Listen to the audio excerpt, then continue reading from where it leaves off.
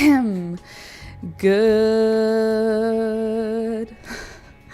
morning, good morning. Ooh, what was that? Good morning, good morning. That's better. It's the Last Minute Laura Show. Good morning, good morning. Hello. Hi, everybody. Welcome back. The animals are just about to start their morning drama. Rohan just jumped from my desk to his tower. And then Toby started barking, and it got very dramatic for a minute. Huh? I thought you guys were going to have your fights.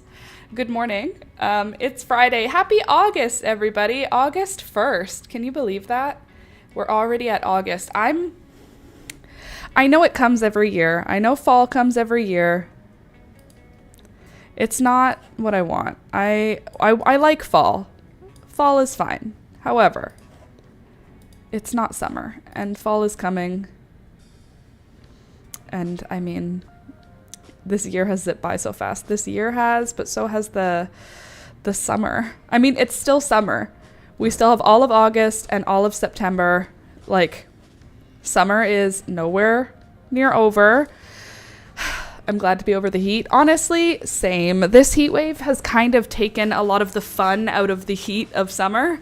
It's been too hot to enjoy. Like, I love the heat. I love summer. But when it's so hot you can't even breathe outside, and when the air quality is like forest fire terrible all the time, it sucks the life out of everything. It does. It really does. And it sucks because winter forces us all indoors and into a like cozy state. In the summer, we want to get out and run around, you know, or at least I do. And I want to play in the dirt. And if it's so hot that I can't even breathe, I'm not going to be playing in the dirt, you know? You know? Alex says he knows.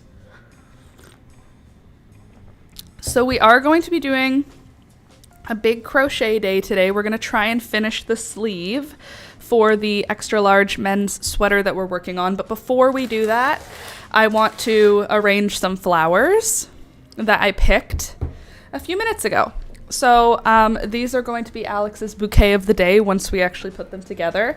Right now it's just Alex's flowers of the day. I feel like I've been slacking on his flowers because it's been so hot. He hasn't had as many bouquets this summer, plus I've been away multiple times. So it's kind of, now that the zinnias are actually blooming, the cosmos will be next week. But this week, zinnias are finally in bloom. Where did I put my phone? It's right in front of my face. Sorry, I'm going to set up my second camera angle so that you can see the flowers with a little bit more detail. First, I have to clean the camera lens. Good thing I'm wearing a cotton t-shirt. Okay, and then we can set that up. And then you'll be able to see what we're actually doing, because from this angle, you won't really see the flowers clear and beautiful enough. So, do you like my breakfast? Water, chocolate-covered almonds, and a coffee. That's not my breakfast. I had a banana also, and I had another cup of coffee and another cup of water. Here are today's gorgeous, gorgeous flowers. How are we going to do this? Should I lay out the flowers on this side and arrange them on this side? I want you to be able to see it happen. Okay, I think what I'll do is I'll just pull them all out and just accept that this is gonna make my desk wet. Today it's cool enough outside for me to wear overalls, and I'm very happy about it.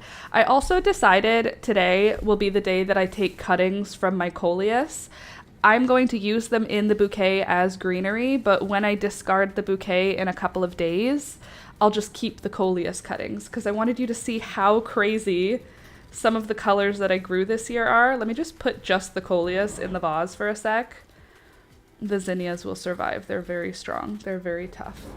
But the coleus this year has been so rewarding. I've loved every one that I've seen in my garden. I don't think I've removed any. Even the ones that at first I wasn't sure about, eventually I fell in love with them. Look at these. Okay, so these ones are the Kong mosaic, and there's a few different like looks to the Kong mosaic. I think they're all the same variety. I think they're just like different variations, you know, but they're all the same sort of kind. So like this one looks a little different. it has like some different stuff happening. Do you see? Versus like this one. It's like super dark and doesn't have a lot of white on it at all. And then these two, they're the same thing, but they have a lot of white on them. But they're the same sort of thing. Aren't they crazy? What is that even doing as a houseplant? Isn't that crazy? They will root themselves while in there. That's my plan, Candace, is that while they are being part of a bouquet, they're also going to root themselves. I also have 2 red ones that I didn't care for in the springtime, but now that the garden is in full swing, there's so much green in the garden that having this bright sort of red really it really pops in the garden. So there were 2 colors of the same variety. You can see they're not the same color. This one's more of a bright hot red and this one's like more of a maroon, but you can see that they're the same thing. They have the same like lime green outline. They're just they're just different. They're just siblings. They're not twins. And then this one is one of the ones that we took the seeds from a public garden in Toronto. This is the, what did we call it? French Quarter. This is the French Quarter. And look at that. Isn't that beautiful? What in the world, huh? The pink back. There's just so much pink in Coleus. I just don't understand how they're photosynthesizing. Like, there is barely any green on this leaf. Look at the color. And that's not an exaggeration of the color. It's brighter than my hair. It's bright, hot pink, brighter than my hair, which is crazy and beautiful. So part of our greenery for today's bouquet, look at that together. That's a bouquet already on its own. Imagine, here comes the bride holding a bouquet made of coleus. Kind of fun. Oh, I have water dripping all over me now. Okay, so first we're gonna put the coleus in because we want them to have perfect full contact with the water, and they don't really need to be showing other than like just the leaves, so we don't need the stems to be long. I'm trying to talk while thinking, and that's not how I work. Yes, it is. That's how I always work. I think before I talk before I think. For the love of ADHD, what are you talking about? Okay, hold on. Once we get all these in, and they're all facing out, and the stems are all diagonally. See, look, the stems all stick on the diagonal, and that will be the center, or not the center, that'll be the border of our bouquet. Now we can look at some of these zinnias. I have my Queenie Lime Orange, and I saved seeds from the Queenie Lime Orange from a garden in Halifax. And the garden in Halifax had Queenie Lime Orange almost exclusively as their zinnia color. Well, from the seeds I saved, these are the different colors that I got. So there's the regular Queenie Lime Orange, there's a straight up orange one, and then there's sort of a salmon-y one. They don't really show a lot of the green in this camera for some reason, but they do have, do you see it? There's the green. If I get close enough, you can see the green. Whereas this one is just straight up orange. And then this little guy is kind of a pinkier orange. So very cute. Those are kind of our main character because there's so many of them. So we're just gonna kind of have them go all over the place in here. How cute! What good vibes. I hate orange. I don't hate orange. It's not orange's fault. Orange did nothing wrong. I'm not a huge fan of orange flowers. I don't know what's wrong with me. It's just the way I am. And even so, these look pretty. Okay, now for the purples and the pinks in my zinnias. These 3 are my lackluster zinnias. I call them that because these are like the base model. When you start growing zinnias, the first time you grow zinnias, this is mostly what you will grow. This is like the most common color I ever see on zinnias is this. This one's pretty, but they're these. And it's fine. They're not ugly. They're just not like showstoppers like the next zinnia I'm going to show you is, because they're a little basic. There's nothing wrong with being basic. The basics are still very reliable. That's one good reason to grow them. But look at this.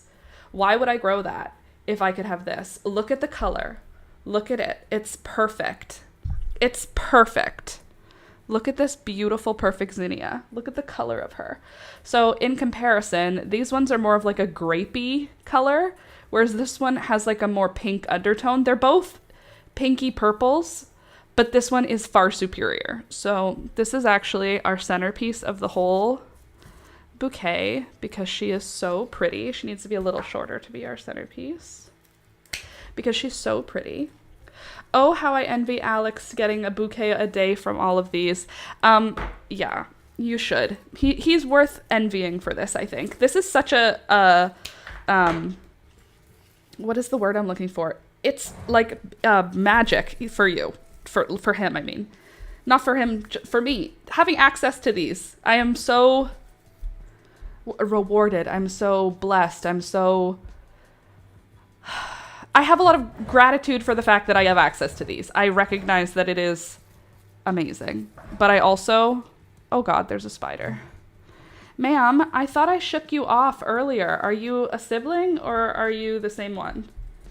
I don't know where I'm supposed to take you. It's not safe in here for you. You're genuinely in danger.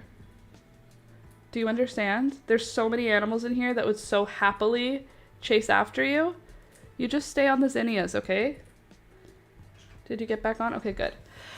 Anyway, I love... Oh, shoot. I just dropped the Coleus Cleome into my coffee. Anyway, I picked a Cleome for him this morning. He said yesterday how much he loved these, and I was like, I didn't even know that about you. So, there we go. I love when I find out the things that he loves in the garden. Then I'm just like obsessed with them even more. For greenery today, I decided on mint and marigolds. So I'm just going to tuck some of the marigolds in with the coleus. Oh, I have one yarrow stem. Oh, like the awesome thing about me making a bouquet for Alex every day is that it's one of my like most favorite hobbies to arrange flowers. I didn't realize that's what was going on, but I have so much joy in the picking of my flowers. I love picking my flowers. It's not just growing them. I love growing them, but I love picking them. And I made my goal about Alex while including a way for me to use picking my flowers as part of the hobby. So even though I say it's a bouquet a day for Alex, that's why I grow all of these things. It's also by making it a bouquet a day for Alex as my goal, I also get to pick my flowers with a reason. Whereas if I didn't have that goal, I would at least feel like it was a selfish plan. Like, I just want to pick flowers. No, it's not that I just want to pick flowers. It's that I want to pick flowers for Alex. So really, it's all about Alex, but really it's about me picking flowers. Guess what Laura is growing twice as much of next year? Yeah, literally. I'm going to have a giant Cleome bed. Actually, you know what I might do? Instead of having a giant Cleome bed, I think I might just put one Cleome into every bed. Because right now there's like, I don't know, maybe 4 or 5 Cleomes in the whole garden.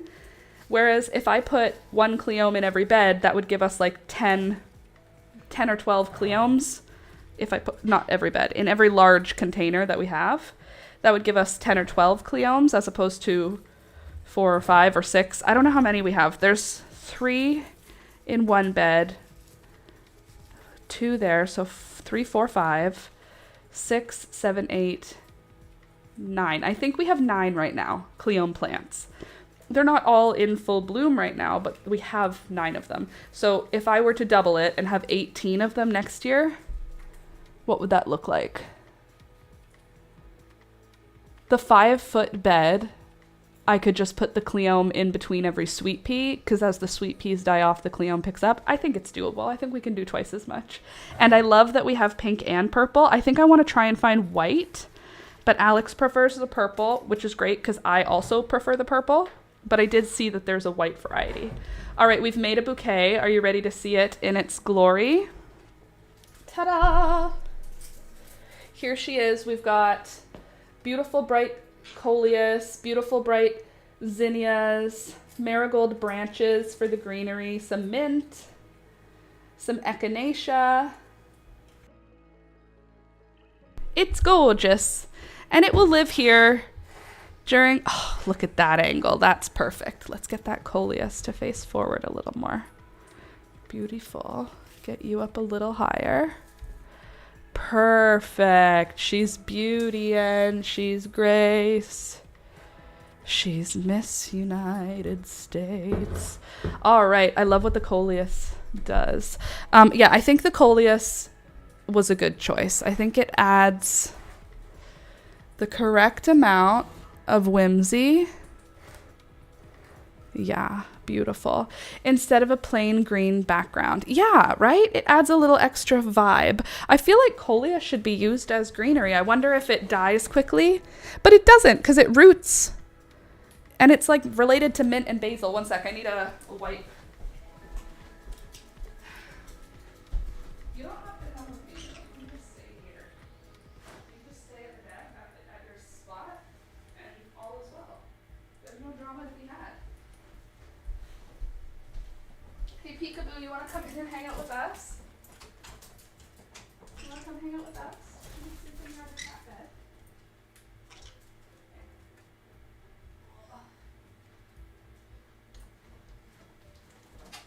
Come on, Toby. Here you go, baby. Here you go. You're a good girl. Oh, she's so good. Okay, lie down, Toby. Leave her alone.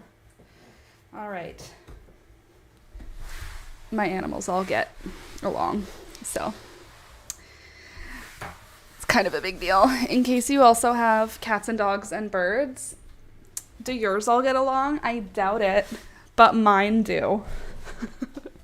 They don't, but right now they do. See, look at my big fat stray kitty. Hi, baby girl. Hi, baby girl. Come here. Come here, baby. Oh, she's so sweet. Come here, you. Come here. Hi, baby. Oh, my heavy girl. She's just a heavy girl. She's just a girl. She just has, you know, she's just a girl. Hi, baby. This is Peekaboo. She's a very sweet lady. Come on. She acts like she's so shy when people come over. She hides. Straight up, my dad has never seen her. My dad comes and feeds our cats and our birds when we go away. So he's probably come to our house maybe 8 separate times over the past couple of years, like to feed the cats and birds. He's never seen Peekaboo. My brother-in-law, same thing. He comes here and feeds the cats and the birds when we're away. Never seen Peekaboo. And look at her. Tell me this cat's a hidey kitty. You can't even tell she's so sweet and friendly. Don't even think about it. Don't even think about it. Okay, Pika? Okay, it's time for you to lie down in your... Oh, God, you are so sheddy. Ugh. All right, I have to put you down. I want to do some crochet now. I'm going to put you down so gentle. It's going to be fine. There you go.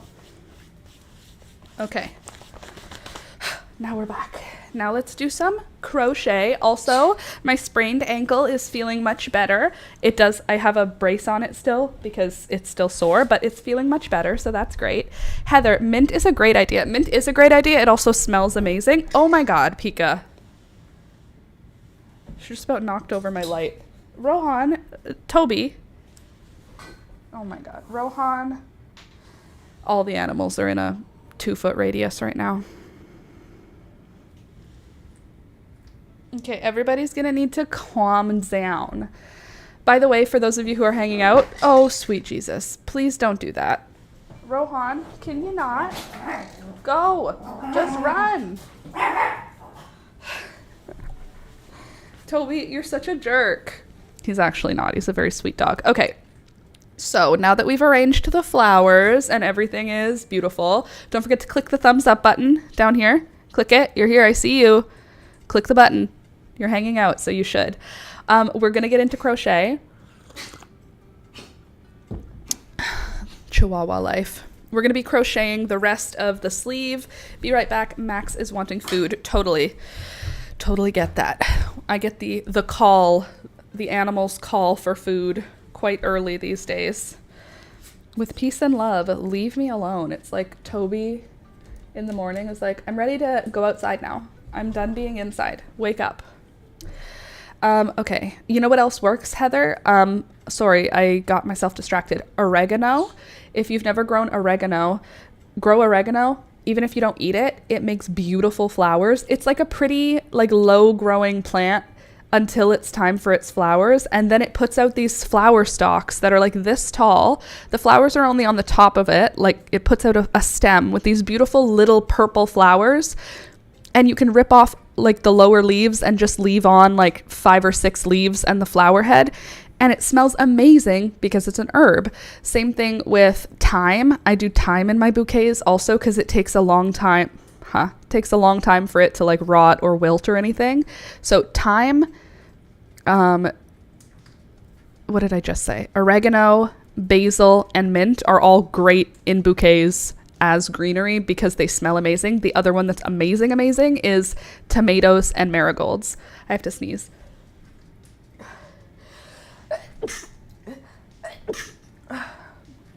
So tomatoes root in water really easily. Like if you take a cutting or a shoot off of one of your tomato plants and you put it in a cup of water, it roots.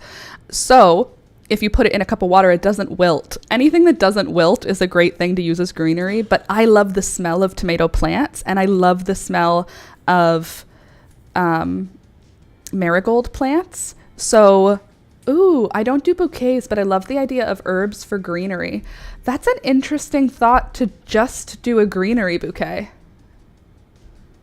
Can you wait 3 minutes? I'm going to just go grab a bunch of greenery and let's do a bouquet that's only green. Don't you think? Give me just 1 second. It's just out the back door. I will leave everything on so you can watch the animals if there's any animals to watch. There are 2 parrots flying around somewhere. But 1 second. I'll be right back. I think it's a good idea, so 1 sec.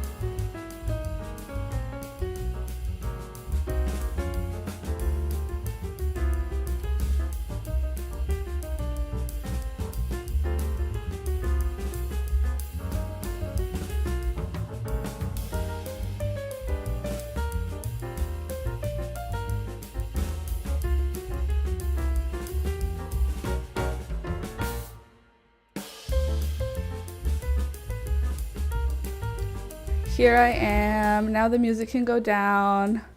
All the animals are back, including me. Here, I found greenery. Ta-da! Okay, so for greenery, here's what I brought. And we can turn this into a greenery bouquet, all right? Let me just put it aside, put it down, set myself up to make a new bouquet. So, good morning. Here's what I've got. I've got a spike of sage. Pretty. And then what else do I have that's upright? I have some basil. This is Thai basil. So it has a bit more of a like an herbaceous, not sweet smell. Like sweet basil has kind of a sweet smell, for lack of a better word. Whereas this kind of basil doesn't. It smells quite, I don't know, herbaceous and like planty. It smells like a plant. You know when people say like, oh, it just tastes like grass? It's kind of like that vibe is the smell. More herbaceous. Okay, and these are immature goldenrod. Little fronds. I just cut some of the fronds off of a large goldenrod plant. And then we can pull off some of the leaves and just use them as some decorative filler with some sort of more sculptural shape because it's got nice height to it. We need smell-o-vision, agreed. It smells so good in here right now. The herbs, the greenery. Okay, next I've got some really pretty mint that is just about to flower. So in a couple of days, my mint plants will begin flowering. And once they begin flowering, I'm going to be cutting a lot more off of them because I don't really want them to flower. I don't want them to drop seeds, and I don't want them to spread all through my whole yard. So what I do when they start flowering, I start cutting them like crazy for cut flowers. And I also just deadhead off the flowers before they open. I usually let them flower at some point though, because the bees do like mint.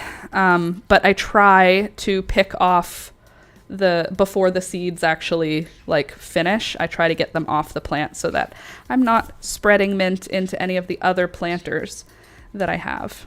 Also, I know this is purple, and I know I said we'll do a greenery one, but this is verbena, which is like a wild plant where I live. So technically it's basically greenery. The flowers are insignificant. This is a oregano flower. Very cute. Here's another oregano flower. Very cute. Simple, whimsical. I love marigolds. They're so good for everything, including greenery in a bouquet. Who'd have thought? This is some variety of either celosia or amaranth that has not yet bloomed. So I just cut off one of the lower stems. More mint. This is another amaranth that has not yet flowered. Another type of marigold with no flowers on it, so it's still just greenery. One more verbena.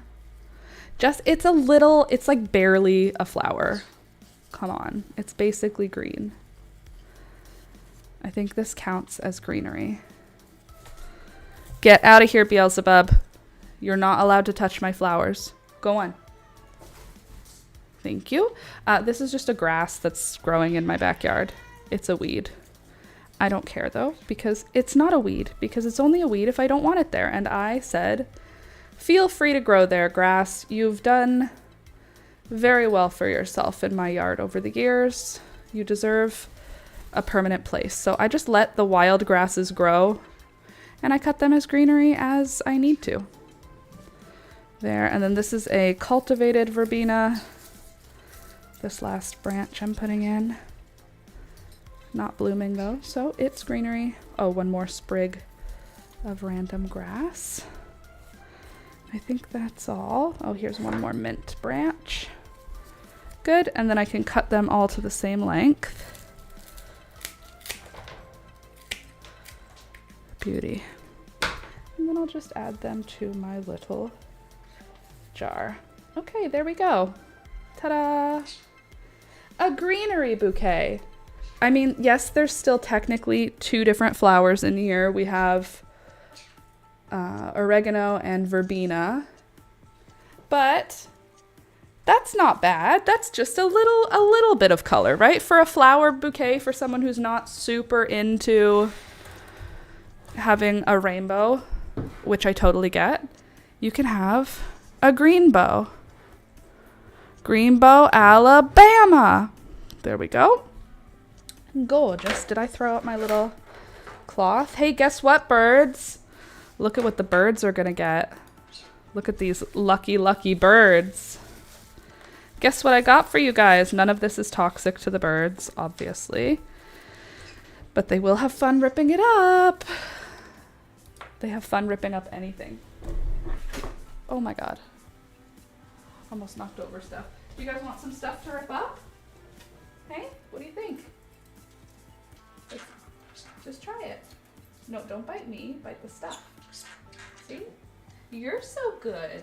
Here, lots of stuff for you. Let me get you some seeds too. I know how that will make you happy. The things I do for you guys. Huh? Want some seeds also? Oh, the sunflower variety, my favorite. Here you go. Here you go.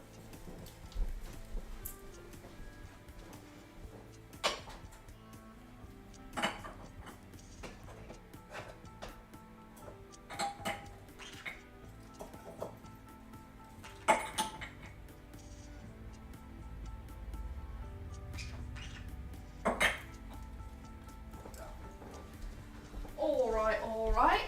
Oh, right, I need another wipe. I've got plants all over. Hello, Toblerone. El Toblerone. That's Toby's full government name. One of the birds was on the mic stand performing for us while you were gone getting greens. Can't say I'm surprised. The birds do something that is, what we call it is bird crimes, which is they are sweet little devils, and then when you leave the room, they come in and become absolute, just rampage criminals, and they just vandalize, and they arson, and they loot. So it's called bird crimes when they're doing that. And yes, they will do bird crimes at any available opportunity. It looks like I'm in an empty room right now. Where are my cats? Where are my dogs? Where are my birds? Toby, are you bothering the cats? Can you go lie down in your bed? Go. I gave you a new toy this morning. You're supposed to be enjoying your brand new toy. Did you see? This is for you. Oh, why did we turn off there for a sec? Do you want some peanut butter? Will that make you feel more excited about it? What do you think? My new toy? I just want him to have like something to do, you know? Let me get your other toy. I'll put a little peanut butter on it. That'll be a bit of a, you know? Come on, why are you tempting him here? You know, he has a hard time.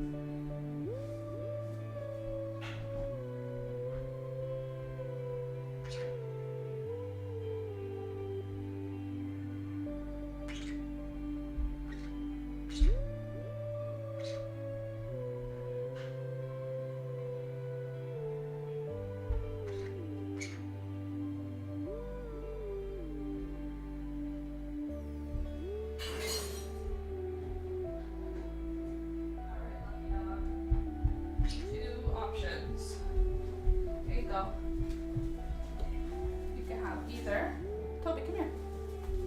You have either a rope to chew on or the peanut butter ball. There you go. Enjoy. Okay, sorry. I need to I need to make sure all of my animals have all the things they need.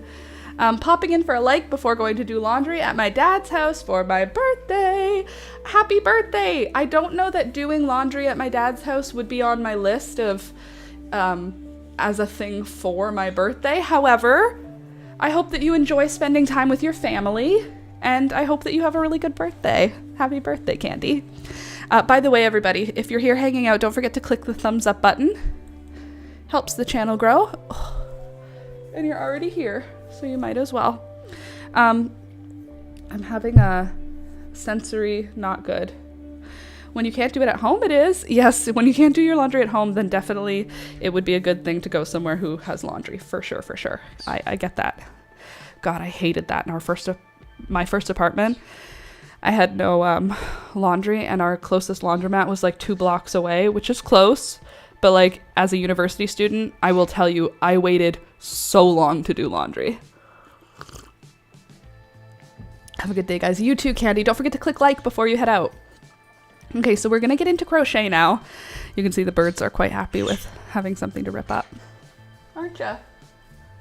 Oh, you're done, Gary? Are you done too, Beelzebub? There were so many fun things in there. You don't even want the seeds? Jeez. She's like, what are you talking to me for? And Toby is now occupied, which means Rohan may well come back, and so might Peekaboo. Okay, so yesterday, I was a very good, very productive lady. I finished next week's video, so it's a video for a headband bandana type thing. It's really cute. It's lacy. It has some scalloped edges. I have no idea where I put it, so I can't even show it to you, but the video is done, uploaded, ready to go. So next week I have a video, and that means next week I have to do a big filming week because I don't have a video for the following week filmed yet. So I don't know what I'm going to make yet. Maybe I should just do this sweater. That way I have motivation to get it done. I don't, though. I don't have motivation. Peekaboo, what are you... Oh, Rohan's here again. You guys leave each other alone. Peekaboo's gonna meow, and then Rohan's gonna hiss.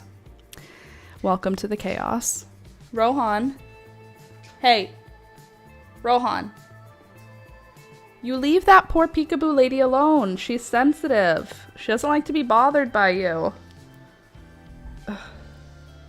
Do you ever put on makeup and then just you can feel makeup in your eyes? Because that is my life right now. Okay, let's crochet. Sorry, I'm trying to decide if I should get up and deal with the cats. But I don't hear any drama right now, so I think we're okay. If the drama begins, then we will deal with that when it's time. Okay, there's just about to be drama. I can hear it. We're on the cusp of Rohan pissing Peekaboo off. All right, so now that we're done with those things, here's how the sleeve is looking for our sweater that we're working on. I am making a men's extra large size. It's going to be a unisex shape, but it's a men's extra large in terms of the size. And it's going to be predominantly yellow because I have so much of this yellow yarn I'm trying to use up. So we still have to keep going on the sleeve here until the sleeve is about this long. So we still have like that much to work, but we're almost done with the increases at this point. I think we're pretty close to being done.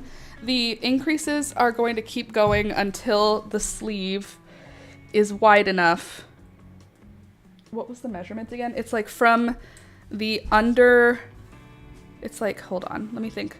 Nipple height to top of shoulder times 2. That's where you are,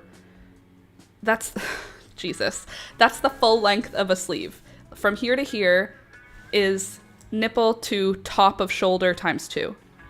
So for Alex, that's gonna be bigger than it is for me.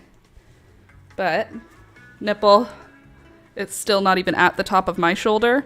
And for Alex, he's probably, got a shoulder that's probably that much bigger than me. I don't know how to do my measurements. I have an idea. I have an idea and a dream. And hopefully that is just enough, okay? All right, so now let me get my setup here so you can watch me crochet while we chit-chat. You know, the way that we do. If you're new, by the way.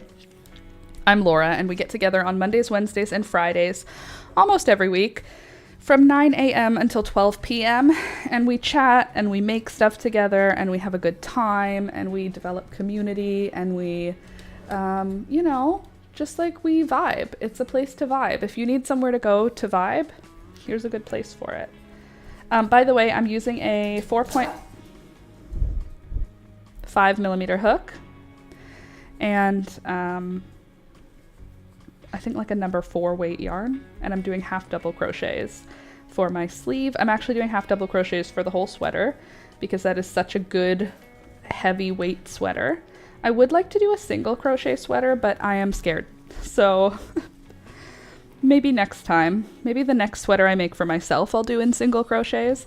I just kind of want to make something really dense but not too heavy, which I feel like the half double crochet, it's very dense, which is good. No wind gets in, but it's also like very heavy. Like it's a thick, very heavy and thick. Whereas I think single crochet would give me the same density without the weight. We'll see. Rohan is just screwing with Toby. He's acting like he's not scared anymore, by the way. Rohan is our, how old is Rohan? He was 4, so he's 6? 5 or 6? Hey, Alex.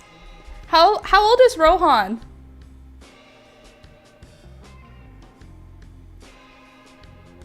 6? Okay. And Peekaboo?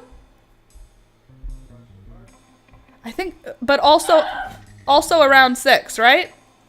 Hey, Rohan, this is my flowers. I don't know why I didn't even notice. Go, get out of here. Go. Go away. He's like, I like mint too. Go away. Toby, you can't have him. Oh my God, the chaos. No, get your face out of this.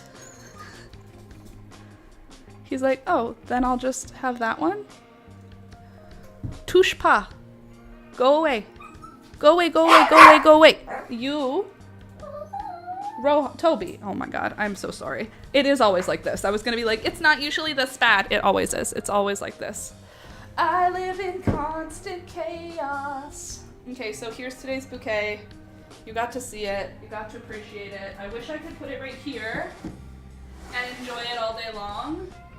But I live in a zoo full of animals who will try to destroy it. Let's see how long it takes before my animals try to cause chaos. I'm gonna guess less than 5 minutes. Here, hold on, let me find the best.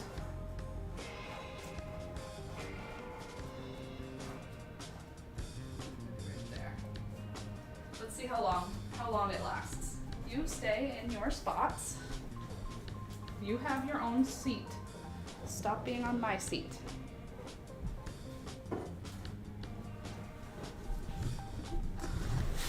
Okay, let's see. He's an Italian bouquet, loves all the herbs.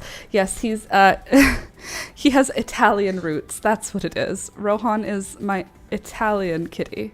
Look, literally less than a minute, and the birds are like, very good for me. I mean, yes, you can have it, but when it's for you, it doesn't go here. It goes in your bird area, right? Don't you bite me. I'm bringing you treats. Okay, Gary, come on. You can have some too. There. Now it's a bird bouquet. Maybe that'll keep them off of this one. I doubt it. I doubt that it'll keep him off. Beelzebub. No. Toby's just watching. My house is on fire all the time. Get out. You leave my stuff alone, huh? Why I oughta.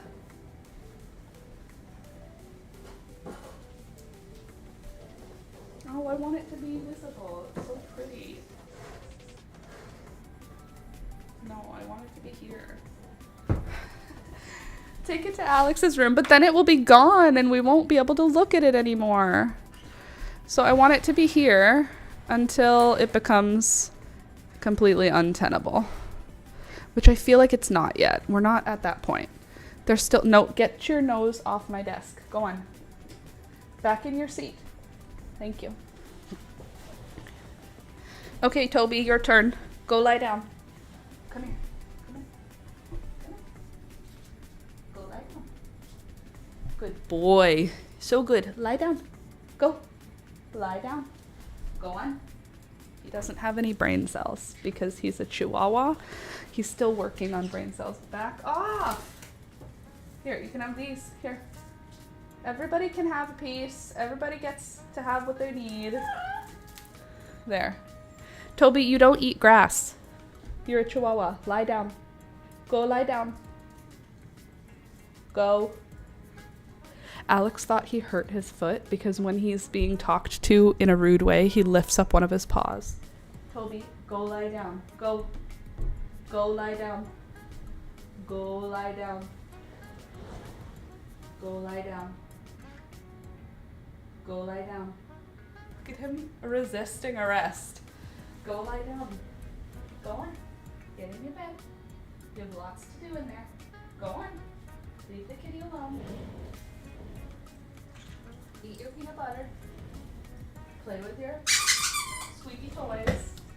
And live your best life. Like a normal dog. Everything's fine. There.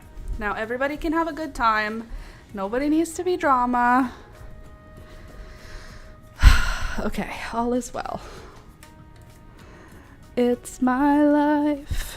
It's always chaotic. Because I decided to have pets that are exotic. Okay. Let's get back to business. To defeat the Huns. All right. I am going to finish this sleeve. Toby, I swear to God, I love you so much. And that's all you need to hear. He's a very good dog. He's a very good dog. He rarely does things he's not supposed to. It's the funny farm. Yes. He rarely does things he's not supposed to. He is such a good boy. He doesn't bark at people nearly as much. He doesn't bark at my blow dryer anymore, which is amazing because he yells at the vacuum, but he doesn't yell at the small vacuum anymore, which is great. Rohan, you're going to make yourself puke grass in my house. Do you realize that? Do you care? No, he doesn't care. Well, pray for me because I'm probably going to be cleaning up cat grass vomit later. What is it, Peekaboo? You have spots. You can come lie down. Do you want some grass to chew on also? You don't have any grass. Here. Here you go, Pika. A little bit of mint for you. Toby, you don't even eat mint. He runs over to it like he's going to take it. Or do you want the grass that Rohan has? Here, look. There you go, Pika. My life. My deaf dog screams at the vacuum. Yeah, my dog, not deaf, screams at the vacuum, but now he seems to be over screaming at the little vacuum. Like the, you know, like, I don't even know what it's called. The dustbuster. That one, he doesn't bark at that anymore. He just barks at like the big push vacuum, which honestly, like that, he'll get used to it. As I vacuum regularly, he will get used to it. Luckily for him, I don't vacuum that regularly. I'm more of a sweeper. We have a lot of hard floors, and I don't know what it is, but I don't trust a vacuum on a hard floor the way I do a broom. I feel like I do a way better clean. Hold on. 2, 1, 2. 2, 1, 2. Uh-oh. There's supposed to be 2 here, isn't there? Did I make a mistake right at the beginning of my row? 2. There's 1. Yeah, there was supposed to be 2. So I'm going to put a second one here because no one needs to know. There. Rohan, chill axe. Toblerone. El Toblerone. Go. Leave Rohan alone. Leave Rohan alone. Leave him alone. Toby just wants to kill him, but he doesn't know how because he's a chihuahua, and he also is incapable. He is missing teeth. He doesn't know what to do when he catches the cat. I'm telling you, he stares at him. The cat jumps down. The cat is at least twice as big as the dog. And when I put the dog near the cat, he just sniffs him. He just wants to he wants to catch him, but he never wants to actually catch him. Do ya? Peekaboo's just lying on the floor now. Great. I know, this is what you came for. I can feel it. 1 and 2. Nope, Rohan, don't bother him. Rohan like teases him by coming lower, but staying out of his reach so that Toby thinks he has a chance. Rohan, that is a terrible idea. It's a bad idea. No, not on my desk.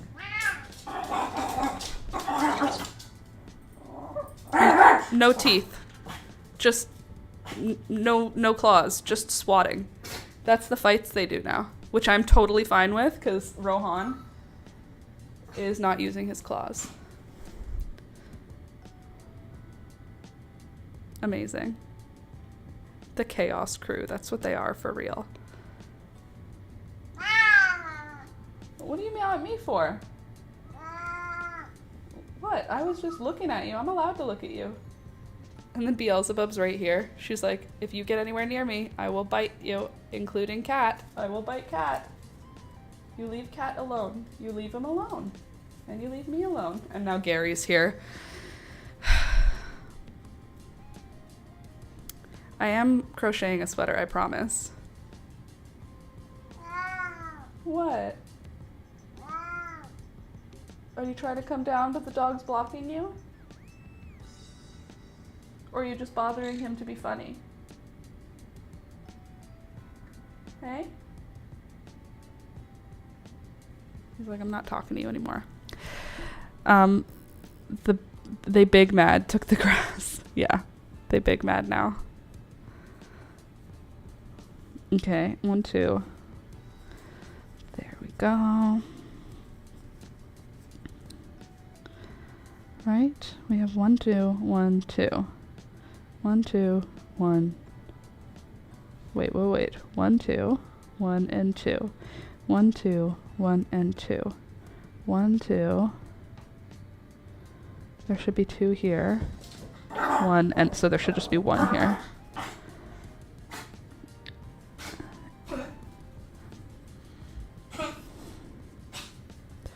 Feel like I could have told you that was what was going to happen, Toby. 1, 2, 1. Okay.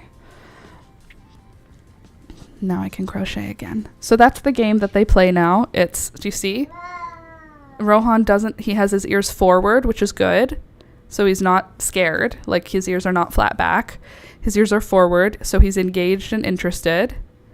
His tail is not puffy, and it's not wagging quickly. He's not angry or stressed. He's pretending to, though, because he's making the same noises he makes when he's angry, but his ears are not saying he's angry. His eyes are not saying he's angry. Get out of that. Get out of there. No, Toby, I'm just telling him not to sit in the bird cage. You're gonna not, you're too heavy. You're too heavy. Great. He just wants the grass that is in the bouquet, and I understand, but he already ate a bunch. So I think I might take that bouquet away, if I'm honest, so that he doesn't feel tempted and so that I don't have to clean up.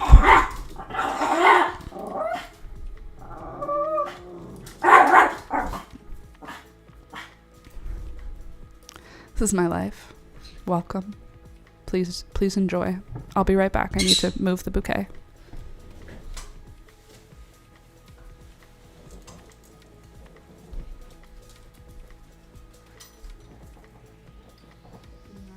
Excuse me. On my way. No, excuse me.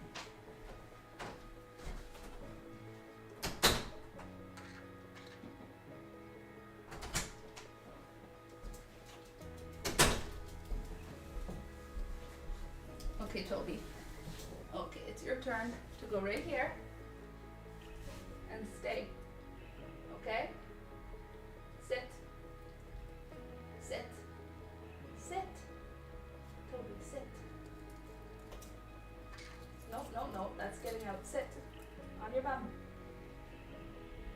Thank you. Stop harassing the cat.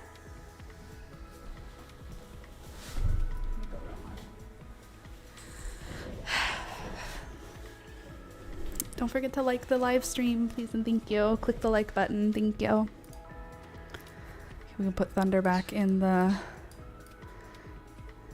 upper corner. And back to our crochet. Back to our regularly scheduled programming. Ugh. Hey, click the thumbs up button, guys. Ugh. The like button, click it. I'm entertaining you with my zoo while I crochet. I think that's worth a like, don't you think? The YouTube algorithm would appreciate it, and so would I. See if Lord Thunder can send down some tranquility to the crew below. They were tranquil on Wednesday. I told you it's not realistic to expect them to be tranquil all the time. And I don't expect it all the time. I would love for it to always be tranquil when we are streaming so that we don't have distractions from these animals, but I don't care. If they're distracting us, we'll survive it. They're very cute. They deserve to distract us. But Thunder has sent tranquility because these animals are mostly able to no, not on my desk.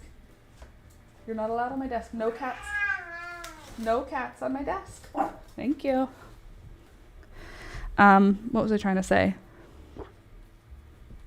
I lost my train of thought. Something along the lines of most of the time they get along. I don't need them to get along all the time, but most of the time they're fine, which is great. The fact that they're not actively trying to kill each other. Toby tries to chase the cats, but when he catches them, he just growls. He doesn't do anything, and sometimes he barks, but usually he's just like very excited about a chase. Like when they run, he goes "Rrrr," and like starts running. He's just very excited to chase after something. He loves chasing squirrels. He loves chasing cats. That being said, our cat Peekaboo is at least 3 times the size of him. She's at least 10 pounds. And Rohan is at least double the size of him. He's at least 8 pounds. And Toby is like 4.5, 5. I don't think he's 5 pounds. I think he's probably closer to 4 pounds. But he thinks he's tough. 3 dogs, 3 cats, and a chinchilla here. Oh, amazing. What kind of dogs do you have? And what kind of cats? I know what kind of cats. What color of cats? We have a gray one, and then Rohan. Rohan is a Bengal, so he looks all pretty and fancy. Peekaboo is a big, fat, stray kitty, and she's very sweet and very fat. Oh, she's back. Hi. You know you can go in the cat bed or the dog bed, whichever one you like. She has to make her own mind up, but Toby also needs to leave her alone. One sec, let me see if I can entice her. Hey, honey. You trying to go in there? Ugh, what about instead? I got you, baby. I know. Look at her. You're fine, honey. Look. You're fine. I promise. You're safe. There you go. Leave her alone. Leave both the cats alone. Yeah, she's just a baby. She's just a big fat baby. She's just a little girl. She's a big fat ballerina. Aren't ya? And you are just a little troublemaker this morning. Leave the animals alone. Good girl, Pika. All right. Here, in case you want a little piece of grass to chew on. Okay, there we go. Ooh. All right. Everybody's here. There's Peekaboo down here now. Everybody, all the stars have arrived. We have Peekaboo, Toblerone, Johannesburg, and Beelzebub and Gary. All is well in the home. Now Toby's just going to ruin it all with his sweet disposition and obsession with other cats. Come here. You want to sit with me? You can come sit with me. Then there's no drama. You can just sit right here with us. There you go. Here, you can just sit right here with us.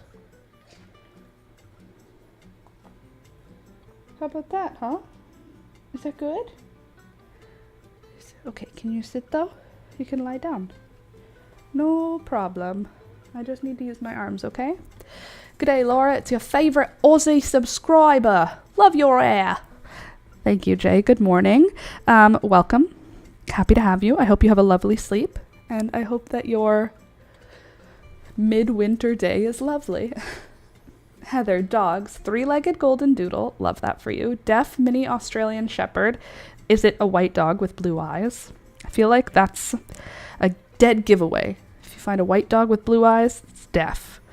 Let's see. A miniature pincher, whatever, who thinks he's a cat. I love that for you. I have one Chihuahua, and it is a beautiful relationship. Having a small dog that doesn't understand dog, like this one. Look at this. This dog is a dog. Do you understand? Oh, Jesus, sorry. Do you understand that this dog right here? Why can't I show you him? Oh, there we go. I don't know how to use my own camera. This dog believes in his heart that he is the same as a German Shepherd. When we go on our walks and he sees a full-grown rough collie, he thinks he's the same thing. He looks at them and he goes, we're the same. We're on the same playing field. You and me, buddy, we're the same thing. I am a German Shepherd. I am a Rottweiler. This thing right here believes in his heart he is a Rottweiler. And yet when I handle him, look at him. He just closes his eyes. He's like, I am safe. Mummy will only hold my head in a way that is good and safe. I will go to sleep in Mummy's hand because she said that's where I go today. Look, he just goes, okay. I trust. If that's how you're holding me, that must be the way that I want to be held. And now look, the weight of his head. There we go. He's putting the weight of his head in my hand now. No problem. He'll just go to sleep. Stop. This is why Chihuahuas are superior. Rohan. These are not good choices. These are not good choices. These are not good choices. These are not good choices. These are not good choices. Okay? These are not good choices. These are not good choices. You're still making the choice. Thank you. Good boy. My min pin does that. Well, lucky you, because I'm gonna just do this because it's the same. Oh, you can't see what I'm crocheting if you see my dog. What do I do?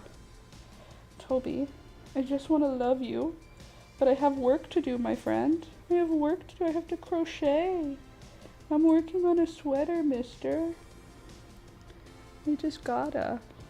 The love. I wish you could just see the way he looks at me. Toby. Hi, mister. Oh, you're such a sweet baby. Hi. You're so sweet. Hi. He's a good boy. He's such a good boy. And he's just a little guy. Look at his little ears. He's just a baby. He's actually not just a baby. He's 7 years old. And you can see he doesn't have any teeth on the sides. Okay? None in the middle. He's a toothless wonder. You're a toothless wonder, huh? But he still has his fangs. So he looks like a big tough boy. Oh, but he's not, because there's no teeth around them. You're a toothless wonder. You're so good. Okay.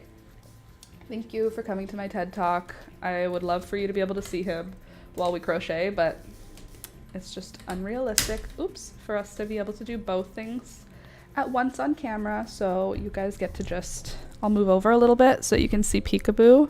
Barely. Maybe I can do this. Can I move over any more? Nope, that's as far as it's gonna go. Good. And we still want to see Rohan. So please hold. I'm gonna move over this way a bit. If I move this over here. Oh, perfect. Sorry, Tobe, I need your head to move. Your head's in the way of my arm. You'll have to rest your head on my elbow or turn around. I finished my warm milk, so I'm off to bed. Have a great day. You too. So lovable. Chihuahuas are very, very, very lovable dogs that really, really, really want more than anything just to be at least next to you, if not physically touching you at all times. If Toby could live inside my shirt, like if I could always have a pocket big enough for him, I think he would live in there. He would just be like, okay, I need to go walk a little bit. Okay, I'm ready to go back in your pocket. He's like a dog, but he does want to be very close. But he does think that he's like a really real dog, don't you? You think you're a real dog. You're just kind of like Pinocchio. We should call you Pinocchio because you think you're a real boy, but really just a silly little baby dog. Holy moly here.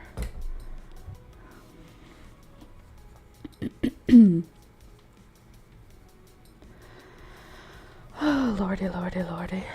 10 o'clock in the morning. Good morning, good morning. By the way, to those of you who have not yet clicked the thumbs up button, please click it. Helps the channel grow. Allows us all to continue to spend time together. Okay, we have 1, 2, 1, 2, 1, 2, 1, and 2. And now chain 1 and turn.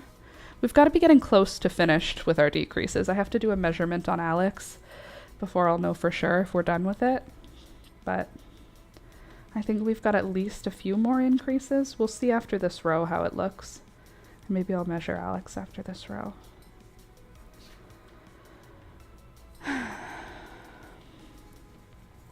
So what's everybody up to this weekend?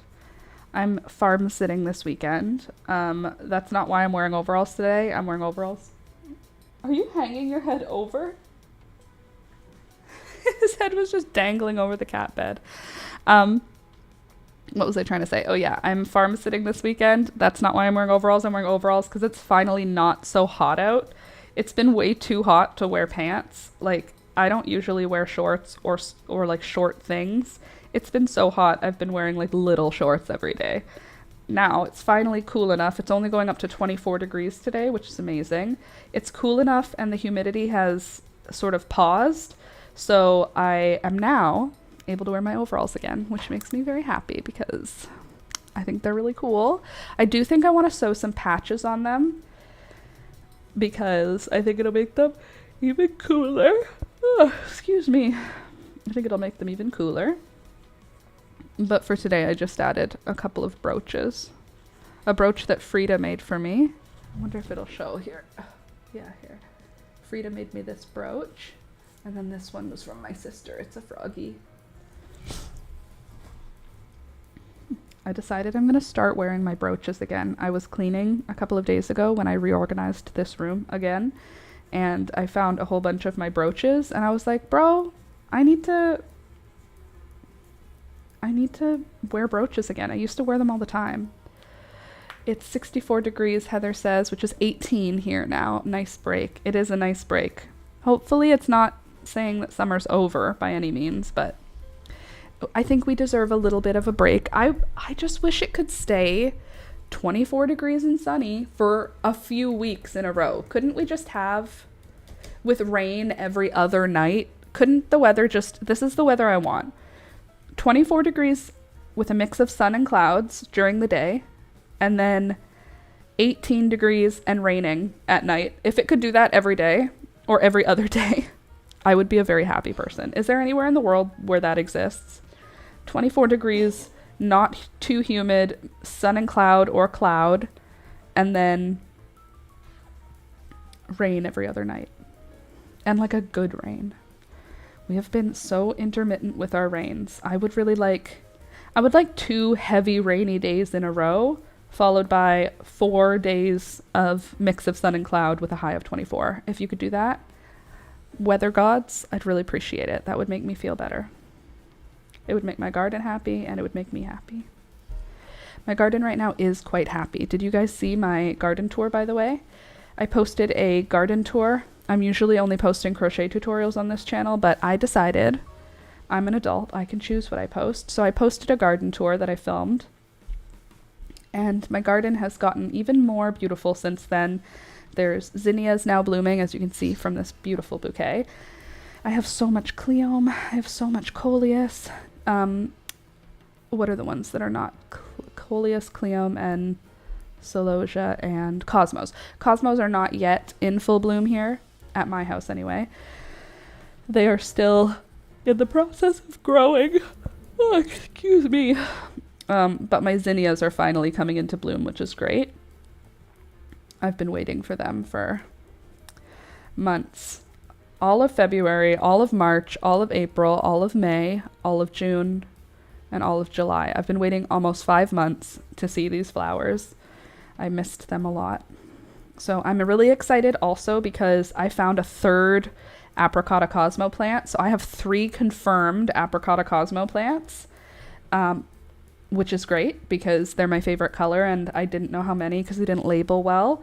Next year, mark my words, next year we are going to label so well. We're going to get plastic labels. Every time I use paper labels, they fall apart and they are ruined, and then I lose my labeling. We are going to label. When I plant the seeds, if I know I'm going to have 12 seedlings eventually, I'm going to create 12 labels. Like, we are labeling next year. We're not missing anything. We're going to have the most intentional garden ever next year. This year, it's been a lot of fun because it was very not intentional. I did not do a good job of labeling anything, so things just are all over the place. It looks beautiful, don't get me wrong. It's like gonna always look beautiful. Gardens are beautiful no matter what happens to them. However, my garden plan couldn't be the way that I had drawn it because the way I had drawn it had certain colors in certain locations, and now they're coming up wherever they feel like. Like, I have a random orange zinnia that has no place being in my garden. If I had labeled properly, I could have known better maybe where that would go, and I would have been able to remove it earlier. And I can't remove it now. It's too large, and I like it now. But orange is not part of my plan, you know? Anyway, for next year, I think I'm going to cut out the purple zinnias entirely. Even though they're pretty. That's these kind. They're pretty, but I think I'm going to not even bother with growing anything that is called purple or fuchsia. I think I'll grow this one because this is like a pinkier one.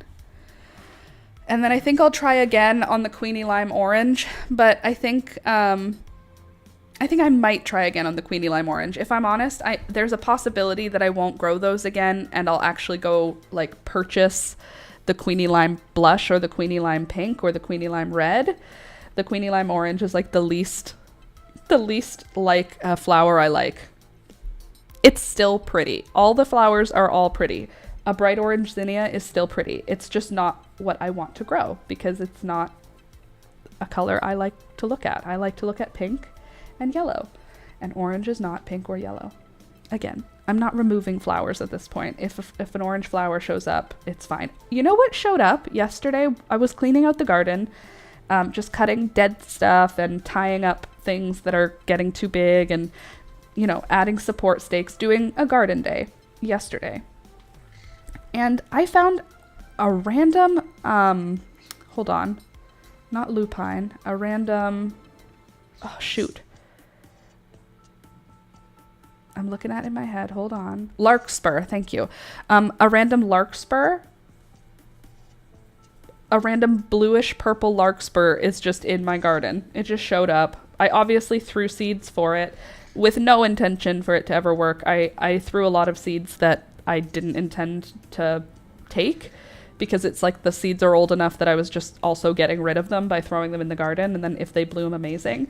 Well, a purplish blue larkspur showed up. So it's a very tiny plant. It's competing with sweet alyssum, so it's quite small, but it has a flower head, and I saw it and was like, I'm happy to see ya. Don't mind if I do. I also figured out that one of the celosia plants that I've been tending to is actually an amaranth, and so I'm pulling it out. I haven't decided yet if I'm going to try and rebury it somewhere else, but it's not in a good location for an amaranth, so it's going to get pulled. But I'm waiting for it to rain again before I pull it because it's so healthy that I think I can just transplant it if I give it enough, like if it's a wet enough time. The roots are not super deep, so I think it's transplantable. Loved the garden tour. Thanks, Candace. Me too. I liked watching it. I liked making it. I liked just going through my garden and being able to like tell somebody about it because I tell Alex about it and he nods and smiles, but he doesn't understand and he doesn't care. He's polite, but like the garden is not his joy. So he's happy to listen to me share my joy, but it's not his joy. So it's nice to have people who actually look at the garden and see what I see. He sees pretty flowers and he also sees plant. Whereas I'm like, I see magic. There's magic and I need others to see it. So I've trimmed down all of my feverfew mostly. It's now just mostly green, which is fine. It's going to push up more stems over the next week or so. And then not next week, the week after that, I expect we'll have feverfew again, which is great. Good morning, Laura and everyone and pets and plants. Hey, Louisa, good morning. I am late. Sorry. That's okay. No worries. Everyone's here again today. We have, well, you can't see the birds, but I do promise there's 2 parrots up here. There's Rohan here. Look, Peekaboo's here. And Toby's on my lap. Everybody's together. I love when everyone's getting along. See, now everyone's getting along. And I think that now that everyone's chill, I can probably put Toby on the ground. Hey? I can put you on the ground and then you can go lie in your bed. Or are you just staring at Pika? Okay. Go lie down, alright? Go on. Immediately walks to... Go lie down. Go. Go. Don't wag your tail at me. Go lie down. Go lie down. I have to ignore him, but it's hard because sometimes when I ignore him, he harasses the cats. And sometimes when I ignore him, he doesn't. And I think right now he's in a harassing the cats mood. Oh, maybe not. Okay. Cool. Love that for us. If you wear green, you would look like a pretty pink flower. I am a pretty pink flower. The prettiest, pinkest flower in all the land.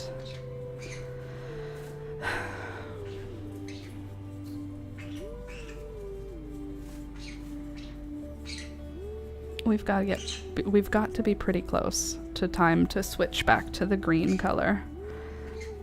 I have to figure out how large I need to make this. Good boy, Toby. Good boy. Toby's a good boy. Good boy, Tobe. Thank you. Did you see? He has toys. Oh my god. Jesus, Murphy, what in the world was that about? What'd you do that for? You scared Gary. Sorry about that audio. I hope that wasn't really loud if you're wearing headphones. Okay, let's see. We've got 1, 2, 1 and 2, 1, 2, 1 and 2, 1, 2, 1 and 2. Cool. Once we get to a point where I'm no longer doing any increases, that is going to be when we switch to the teal color for the last little bit of the sleeve. Hi, baby.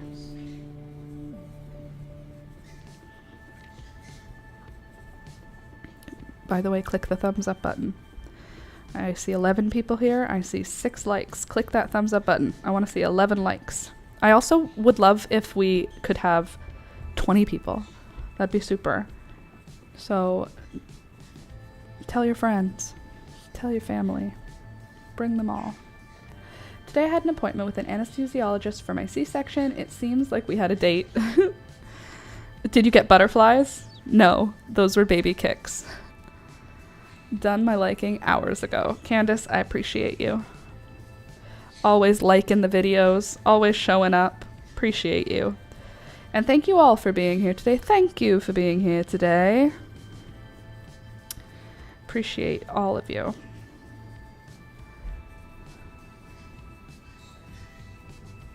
I wonder what the birds are doing. It seems like they're doing crimes, but they could just be chatting.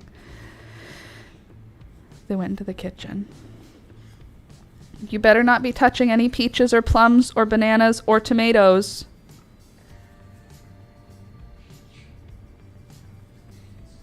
First time here, enjoying it greatly. Oh, Heather, that's awesome. Well, welcome. Thank you for coming. Like I said earlier, we get together Mondays, Wednesdays, and Fridays, 9 a.m. until 12 p.m. And this is what we do. We chat, we crochet. In the summer, we talk a lot about flowers and plants because that is something I'm really enjoying a lot. And we talk about everything, but also my animals obviously distract a lot because they are living beings who have free will and who exert their free will whenever they feel like it. But welcome to the chat, welcome to the group. For anybody who's new, don't forget to subscribe. That way you can participate in the chat. Oh, true. We paint, we draw, we sew, we crochet, we knit, we embroider, what else do we do? We do pressed flowers. We do rock tumbling. We do a lot of weird stuff here. Not weird stuff. We do a lot of eclectic stuff. It's not weird. Other people are weird.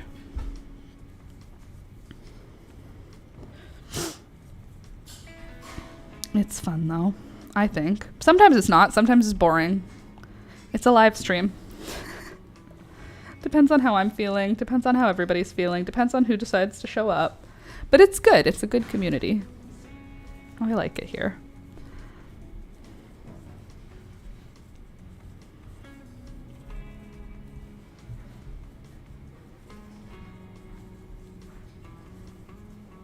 So, anyway, anybody got good plans for the weekend? I already told you I'm farm sitting, but I am going to be having more than just fun farm sitting. So my parents are farmers. My parents have a farm. I don't know that I would say that they're farmers. My mom was a teacher and my dad was a steam and combustion engineer at a steel factory. And like I said, my mom was a teacher for 30 years. And then they bought a farm when they retired. So like they have a farm. I don't know if I would say they are farmers because on the inside, I don't know that they're farmers. They have a farm. Anyway, they're going away because it's their 40th wedding anniversary. Can you believe that? 40th wedding anniversary, so they're going away for a couple days. So I'm going to watch the farm, and not only am I watching the farm, but Alistair and my sister are also going to come and join me. So we're going to do a little Alistair sister sleepover, and we're gonna do like marshmallows and hot dogs on the campfire. I mean, he's only 2.5, he's almost 3, but obviously he's not going to be cooking things on the fire, but he'll be eating marshmallows that we cook on the fire. I'm very excited. It's gonna be so fun. Let's see. I sew, quilt. Oh, very cool. Embroider, crochet, and I'm a rock collector. Oh, Heather, I also am a rock collector. I have a lot of rocks, and currently you can't even see very many of them, but I promise there are many rocks in the room that I am in right now. Is there any rocks just sitting in front of me to prove it? Here's some rocks. Here's just a few rocks that I like just sitting near me. You know, vibes. My dishwasher machine is broken. That's horrible. Decided to change professions. Now it's a fountain. Guess who was cleaning the mess? Oh no. Louisa, that's awful. I mean, is your floor cleaner than it's ever been now, though? As much as I obviously hate spilling stuff on the floor, whenever I do, I find I do a really good clean after.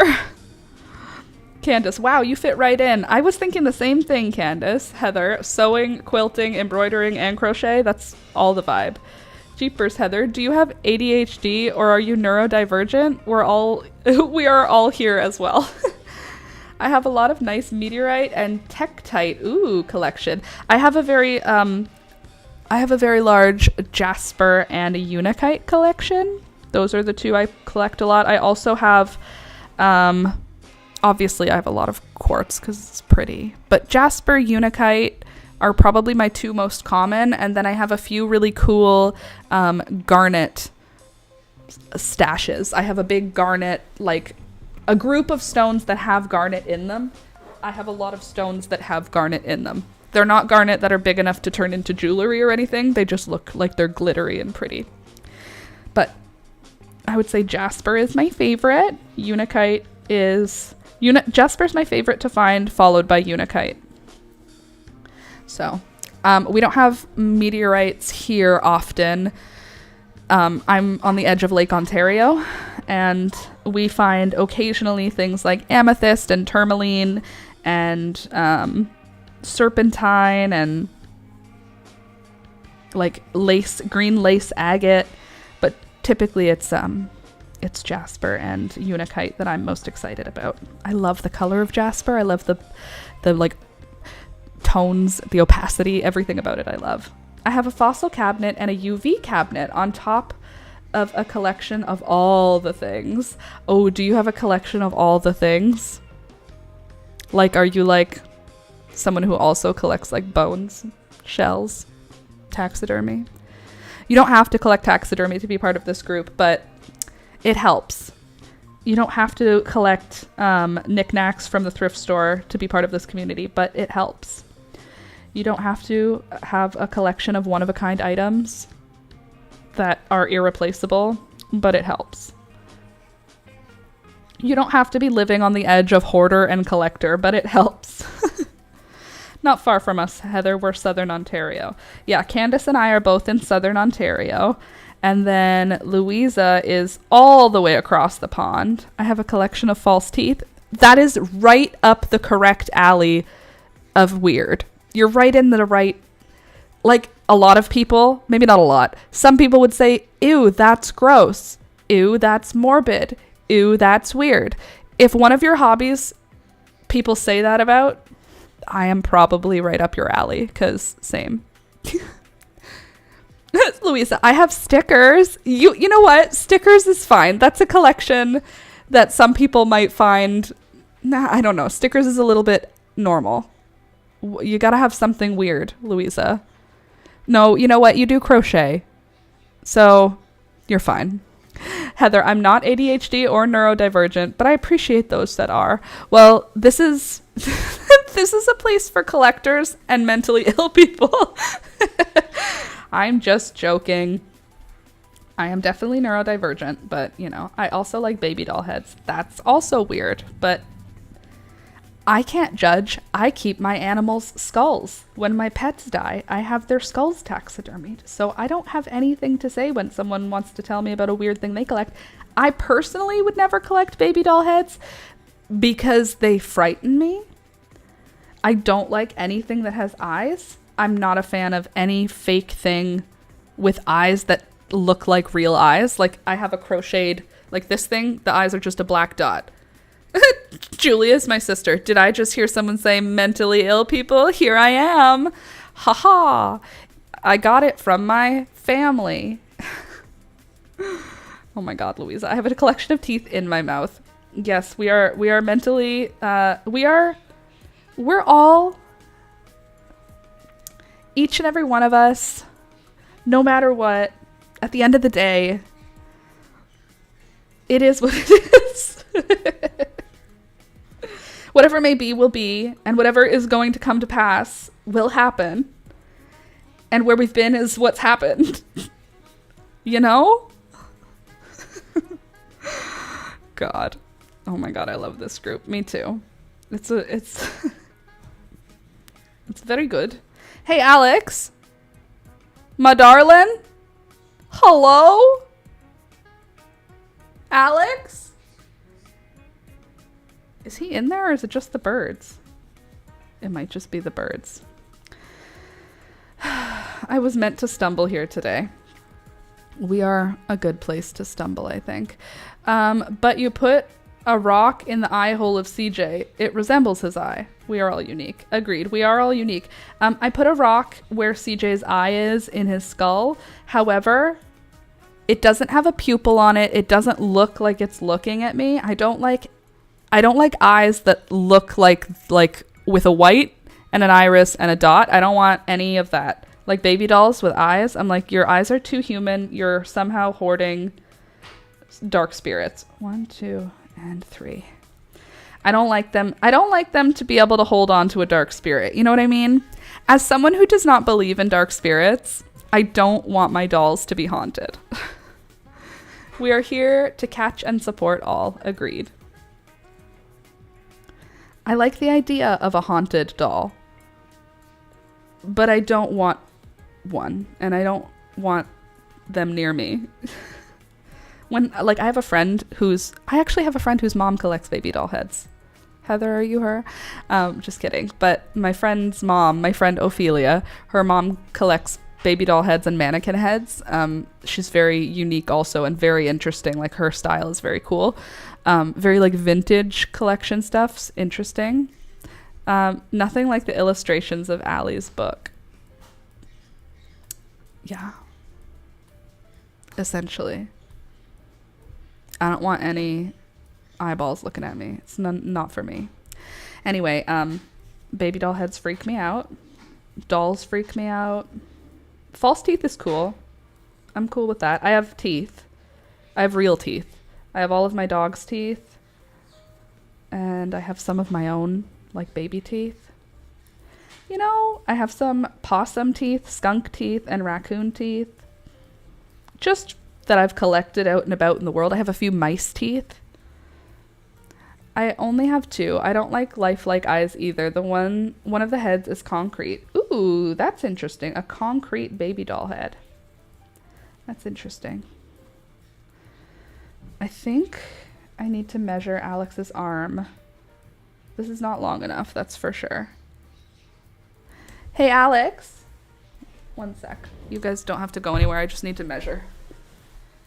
Ugh. Oh, Alex. Are you birds doing crime, or is Alex in there with you? Oh, Peekaboo, what are you doing up here? I thought I heard Alex. It was you all along. You're not supposed to be there. Go away. You are trouble.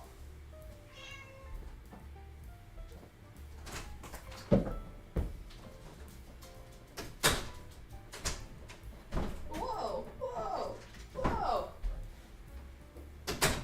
Well, he's not there either. He must be in a meeting.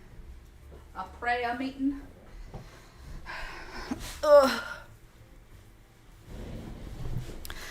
Okay. Ugh.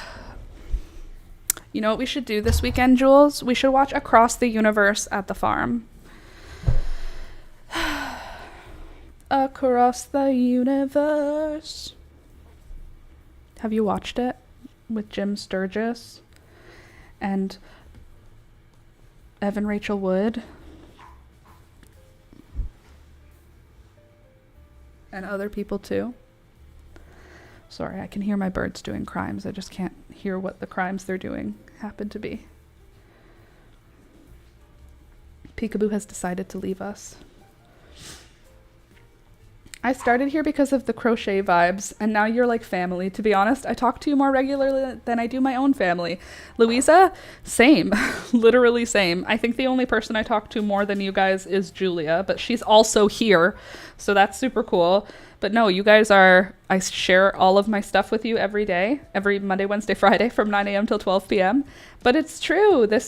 Once you're 3 hours, 3 times a week, I don't talk to any of the rest of my family for 9 hours every week. Can you imagine? Can you imagine having a 1-hour phone call with anyone every single day? Because that's 7 hours in a week. We do 9 hours here. And while that may not be a lot in like the streaming world, it's a lot in like the regular world. Uh-oh, you got a glitch? Well, hopefully that won't happen again.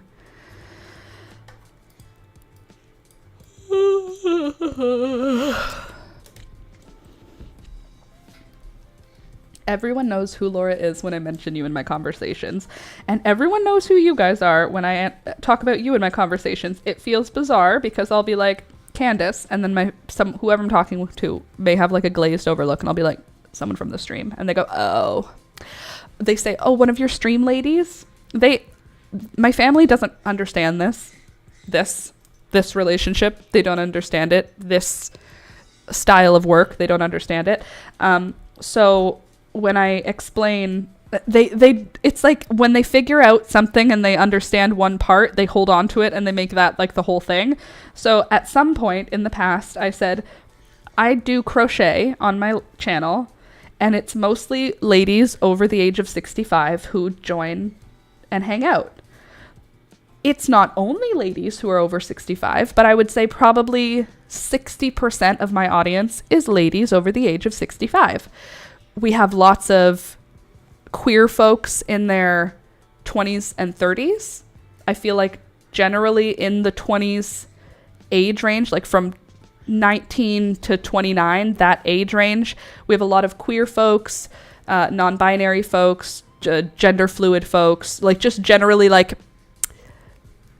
queer, whatever that means to you. To me, that means all of the things. When I'm saying all of the things, LGBTQ2A+, I would say everybody who's in their 20s, not everybody, 60% of the people who watch the stream in their 20s are LGBTQIA+. 60% of the people who watch the stream are 65 plus ladies. And then we have randoms of all ages, men and women, theys and thems, everybody's. And generally, I would say probably 90% of us are neurodivergent or have a mental illness. Just generally. I would say that's how I would break up our live stream community. But that's hard to explain.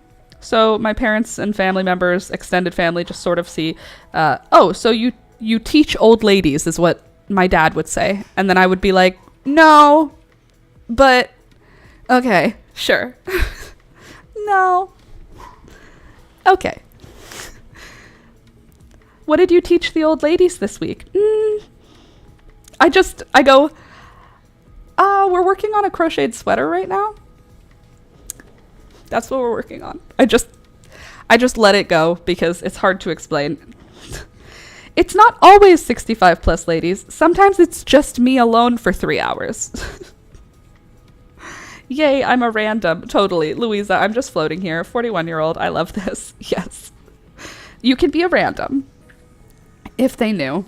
It's too complex. It is too complex. It's like let me show you what I'm seeing in my mind. Is this something we need to do? No. Is this maybe even a little bit inappropriate? Maybe. But that's okay. That's what friends are for, right? So it's like, if this is the last minute Laura stream, that's all of us. I can hear the birds doing crimes. And there's like, let's see. If we break it up into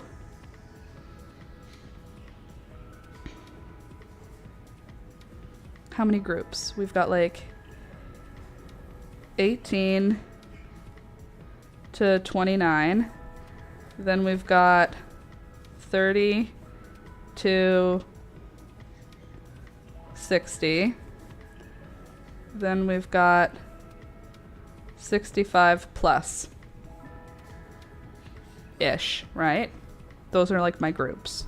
18 to 29 are LGBTQIA plus, like half of them. And then my 65 plus ladies. My 30 to 60s are artists and creatives and fun people. Ladies in over 65. Actually, the people who are over 65, I would say it's 100% ladies. I don't think we have any. I think we have like 4 guys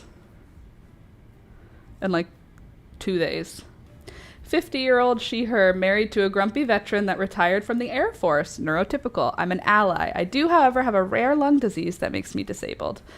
I see like you're forgetting a very important age group. 4-month-olds. Oh, yeah, and 2.5-year-olds. I have babies. This is who watches. This is the babies. Louisa, the right type. Heather, a grumpy veteran that retired from the Air Force, neurotypical. I'm an ally. We love allies. We are allies here. 18 to 29 is LGBTQIA, girls, guys, theys, and That's it. And non-binaries. Girls, guys, days, non-binaries. 30 to 60. What other 30 to 6? I feel like that's a different group. 30 to 45, and then 45 to 65. 45 to 65 is men and women mostly. Men and women. And usually the 45 to 65s are like full-grown adults who have jobs and stuff. You know, like teachers and things. Seems like you're forgetting a group. Well, Heather, anyway, this is a good breakdown of who's here. Hopefully that's a good vibe for you. Some of us share birthdays, so we have twins in here. It's true, we do. Some of us share birthdays in here. Candace and I share a birthday, May 6th. And then we have a couple other shared birthdays. I think we had another May 6th. We have several. Who else has shared birthdays? There's a couple of us who have twins. Heather, those are all my people. Great, welcome. Generally, this is a non-religious space in conversation. However, we do have people from multiple faiths who join, and we just give space for it. Although sometimes I do, I get a little hectic when I start talking about organized religion. However, we are very open to whatever everybody's beliefs are here, as long as you're not hurting anybody. So it's a friendly space where we don't do verbal abuse to anyone. It's a good place. March 13th here. Oh, right. Louisa, Elizabeth, and I, March 15th. That's awesome. Aw, we have twins in the group. Love that for us. My neck is stiff. Ugh, I wish I could crack my back. I've been using this roller ball. It's like this hard foam ball. The birds are doing crimes. I can hear it. There's this hard foam ball, and you like roll your bones and skin against a wall, and it hurts, but it feels good. You can basically give yourself a massage. I'm sorry. I know they're breaking something. They're doing something they shouldn't.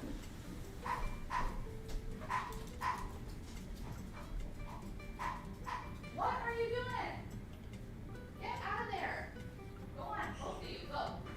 Go on. Go on. Thank you. Go on, get out. Thank you. You're both demons.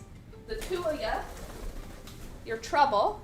That was Gary again. Gary, get out of there. I can hear the way your wings flap, and I knew it was you. Go. Thank you.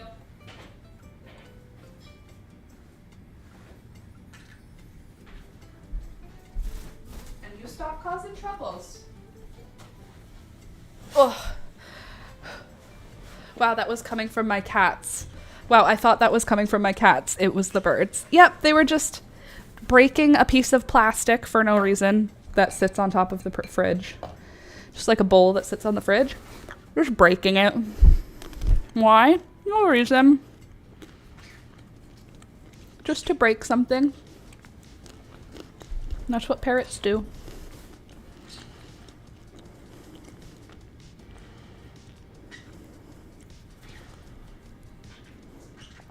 It's fine. It's the life I live. If you have parrots, they will break your stuff. It's just what they do. I think we're almost done increasing. I think I'll do one more row.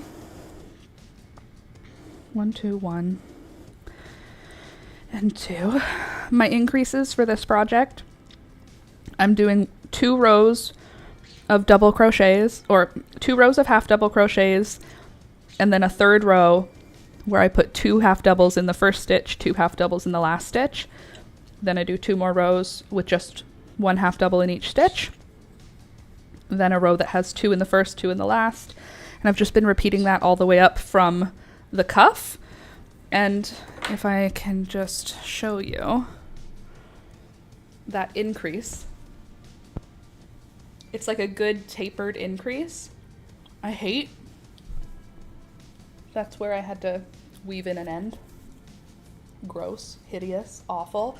That's okay. Anyway, the sleeve, this part of the sleeve is going to be sitting up on the shoulder like that. So we're almost there. It basically, you need to have it over the shoulder, but it also needs to kind of have armpit room. Let's see. Good boy, Toby. He's calling you up to put the birds in line. Yeah. He was coming with me. He's a good boy. He's got my back. That little chihuahua. All right.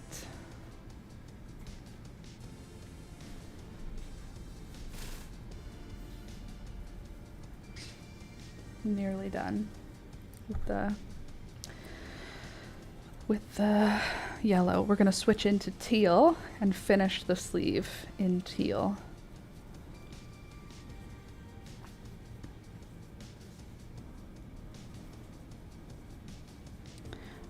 Julia and I are going to garden today in her backyard, whatever that means. I might just sit out in the sun since it won't be hot. Maybe I will bring shorts just in case. No, I'm not going to bring shorts. If I need shorts, I will borrow them. But I did wear sunscreen, even though sunscreen only protects you for 90 minutes. I did put it on this morning, which then makes me feel like I'm protected from the sun. How is sunscreen only good for 90 minutes? Also, why is there... Okay. Please let me draw your attention to something that I learned this past year, or this summer. How does sunscreen work? Because I thought it literally creates a physical barrier. It's not a physical barrier. It's a chemical barrier. Sunscreen works by either reflecting, scattering, or absorbing ultraviolet radiation from the sun, preventing it from reaching and damaging the skin. Physical sunscreens, mineral sunscreens, contain ingredients like zinc oxide or titanium dioxide. These create a protective barrier on the skin, physically reflecting and scattering UV away from the body like a shield. So that's what I thought all sunscreen was. I thought you're putting a literal layer of invisible paint on your skin that is a physical steel not letting sun hit you. Most sunscreen is a chemical sunscreen. They're carbon-based compounds that absorb UV radiation. They transform the absorbed UV energy into less harmful forms of energy like heat, which is dissipated. So it absorbs into your skin, and then your skin... What? So, hold on. Sunscreens are skincare products that contain active ingredients that protect skin cells from the sun's ultraviolet radiation. In order to prevent skin damage that leads to cancer, blah, blah, blah. Sunscreens work by incorporating either chemical or physical active ingredients or a combination of both to protect against UV. Blah, blah, blah, blah, blah. SPF stands for sun protection factor and is followed by a number, 15, 30, 50, that indicates how long it would take for the sun's UVB rays to burn the skin when the product is applied as directed, versus how long it would take to burn without. For example, SPF 50 indicates that it would take 50 times longer to burn skin during sun exposure when wearing the product versus when not wearing the product. That's like a made-up feeling number then, isn't it? The SPF number only refers to the protection provided against UVB rays, so look for the term broad spectrum on the package to ensure it also protects from UVA. Okay. They work by absorbing UV light that comes in contact with the skin. So let me see. The number on a sunscreen does make a difference from 30 to 50, even if the difference between the numbers themselves seems minimal. SPF 30 filters 96.7% of UV rays, meaning it allows 3.3 to reach the skin, while SPF 60 filters 98.3% of UV rays, allowing 1.7% through. So SPF 30 actually lets in twice as much UV as SPF 60. All right.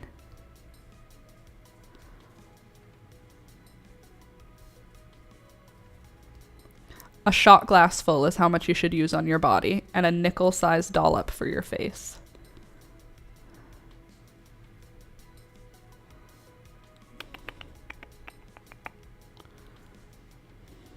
Every 2 hours.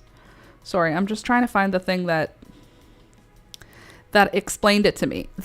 Okay, so it's a chemical that tells your skin cells, that makes your skin cells eat UV by chemically changing the UV into something else. Science? I'm not a scientist. So why is there all this to say? Why is there not a pill yet, please, that I take daily to protect my skin from the sun? Why am I needing to physically apply things to my skin? I feel like we are past that. Why have we not had a multivitamin that actually gives you every single nutrient that you need? Why is that not there yet? Just an everyday, take this giant horse pill and all of your daily requirements are met. That'd be cool. And also take this horse pill and you will be protected from the sun. Please and thank you. I would really appreciate if somebody could just invent sunscreen pills. I hate the smell of sunscreen. I hate the feeling of sunscreen. I hate when sunscreen gets in my eyes. I hate the feeling of sunscreen on my face. I hate reapplying sunscreen. And I hate getting sunburned. So if you could find, real quick, some medicine for me that would protect me, that'd be great. Thanks. Also this. Oh baby, I'm so tired. We had such a hard morning. He played so many games with the dog. Look at this kitty.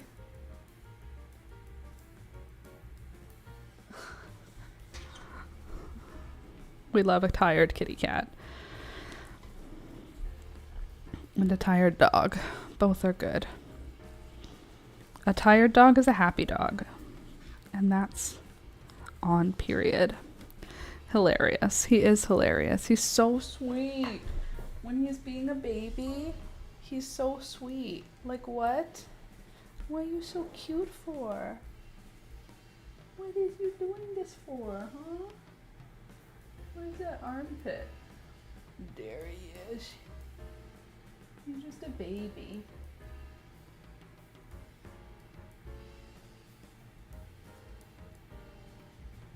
He's just a bunny rabbit.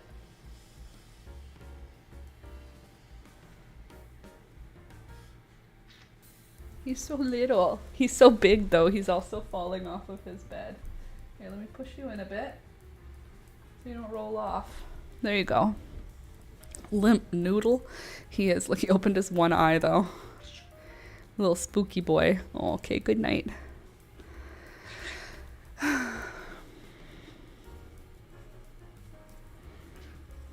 Anyway. Gardening is in the forecast for me today. And I'm going to bring Toby with me. I haven't told Julia that yet. Are you still here, Jules? I'm bringing Toby, okay? Alex doesn't like leaving him alone. And I was like, he won't be alone, he'll be with you. And he was like, yeah, but like he likes to be near you. Okay. I guess I'll take him then. What do you get to care for on the farm? Oh, right. I'm farm sitting. So mostly plants. They have like 20 chickens. So the chickens and then the dog and the cat. So they have a dog, a cat, and chickens. Can I pet that dog? Absolutely. He's a thick ass boy. Yes, you could. Can I pet that dog? Anyway, their dog, their cat, their chickens, and then 14 acres of food. So I have to water. My dad has some plants that are his plants, and then my dad also takes care of the, what is it, German walnuts or English walnuts. He has like a baby tree station where they're in like not buckets, they're in pots. Anyway, I have to take care of his trees. And then also all of my dad takes care of the baby trees basically. So it's all the baby trees I will take care of. They all need water because they're in pots. All of the vegetable gardens I will take care of. They all need water. unless it rains. It's not supposed to rain though, so I will have to water. 1 and 2. There will be, I'll tell you what's on the farm. I haven't been there looking at the garden in a couple of weeks, so I don't know what's ready, but there will probably be customers coming to do pick your own, which is when people come and go into my mom and dad's garden and pick food and then they buy it. There are apple, pear, wine grape, coronation grapes, and Concord grapes. Those are all the like farm foods, plums and peaches as well, and cherries. And then the gardens, which are like, I would say like swimming pool sized, you know, like large swimming pools, not Olympic, but like a big in-ground square or rectangular backyard swimming pool. There's probably like 10 of those around the farm that have like plants in them. So there's a garlic garden. I think garlic's done, so I might not have to do anything. There's like 1,000-ish tomato plants, 1,000-ish pepper plants. I don't think I have to water any of the brassica gardens. So I think the brassica gardens are broccoli, cabbage, cauliflower, beets, onions, turnips, Swiss chard, kale. I'm looking at them in my head. And then there's flowers in all of those gardens, but I'm not going to have to water those, I don't think. Basically, I'm going to be watering a lot of gardens. They have these large water collection systems all over the place that are attached to hoses, so I'll just water the gardens. Oh, and all the figs. And all the bitter melon and loofah. There's a greenhouse full of bitter melon, cucumber, and loofah. That will have to be watered like 3 times a day because there's no... It's hot in that greenhouse, so I'll have to go water that 3 times a day. And then everything else I'll probably just water once a day. Wow, it is pretty cool. Yeah, it's a sick farm. And the flowers are crazy. Like, I got my green thumb from my mom. 1, 2. How long is this sleeve now? I think we can probably switch over to teal. Sorry, 1 sec. I just need to measure this on Alex to see how much longer I need. Honey, honey.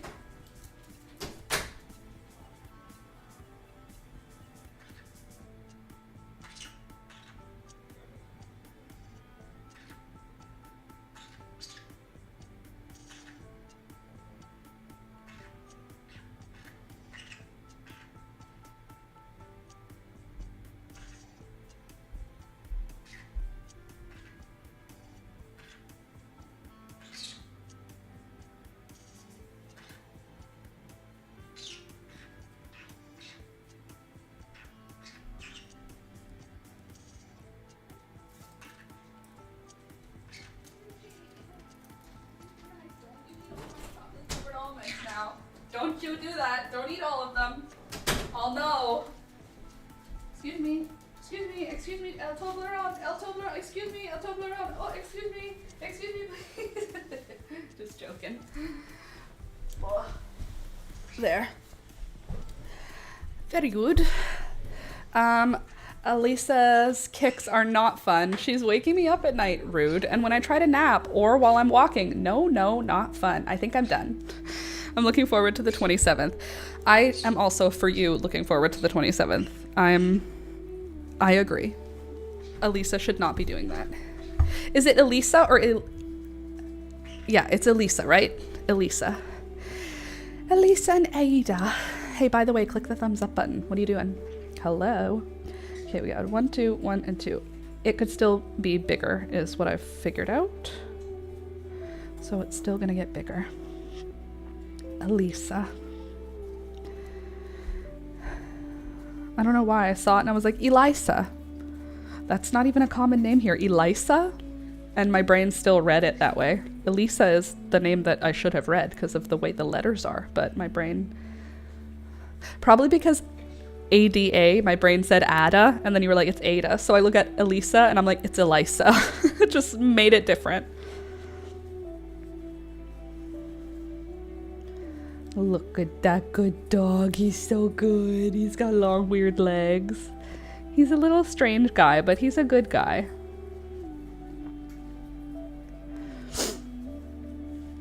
It's already 11 o'clock. It's August. Do you guys, 40 years. Can you believe my parents have been married for 40 years? That's so long. 40 years? 40? Not they've been married. They've known each other before they got married. They knew each other and were dating for what? My mom got married, I think, at like 22. They had already been together for 6 years. That's crazy talk. 46 years? It's a long time. Anyway, my son is going to be 40 this January. That's crazy. He was a baby. He was a baby. Do you understand? That's the thing that blows my mind is when I'm sitting there talking to my dad, is it blowing his mind that I'm an adult person? Because I was an infant. Like, I'm looking at Alistair and I'm like, he's going to be 30. He's almost 3 and he's going to be 30 one day. I don't know about all that. I think he's a baby. But at some point he's going to be like, Aunt Laura, can you not pick me up? You're embarrassing. You always dress weird and my friends make fun of me. Mom was a child bride. Literally, don't say that though, because not literally, but it felt like that. 22 years old does feel a little child bride-ish at this day. Me too. 25. Who was I even? Yeah, honestly, you were very young. 25 is very young to be getting married. My mom, 22, very young. She was 30 years old and she already had 4 kids. That's crazy. I'm 33, right? Right? Yeah. I'm 33. Wow. And I have no kids. Well, I mean, I have 5 kids if you want to be serious. But then my parents, if that's true, my parents had 4 kids, 2 cats, and a dog. So when we were all little, I mean. When we were bigger, they had 3 dogs and a cat and 2 birds. But now I have 2 birds, 2 cats, and a dog, and I am satisfied. I do not need any babies. My siblings are all having babies, so I just get to enjoy them without having to have them. Child bride. The 80s were different, okay? You could get married at 21 or 22 and it wasn't child brideness. Plus, mom and dad had been together since they were literal children, so by the time they were 22, they were already, like, established as a couple. Especially for the 80s. To be together for 6 years before you get married in the 80s feels like a long time. Like, I'm surprised they didn't get married the moment my mom turned 18, because they had already been together for years at that point. Can you imagine high school sweethearts? Well, I think of it anyway as, like, Alex and I met, my partner, when I was 18, and I'm about to be 34 next year. When I turn 36, he will have been with me longer than I will have lived without him. He will be more part of my life than any other person has been, because he will have been in my life that long. 1, 2. Good. So yeah, I don't know. 40-year relationship, crazy. For them to be together for 40 years, they've been together more than 66% of their lives. You know what I mean? That's crazy. That's a long time. I'm happy for them. At the same time, I'm like, wow, that's wild. That's just a lot. My parents hit 57 July 20th. Oh, that's awesome. Congratulations, Heather. 57 years? That's forever. That's forever. 57 years with one person? That's actually forever.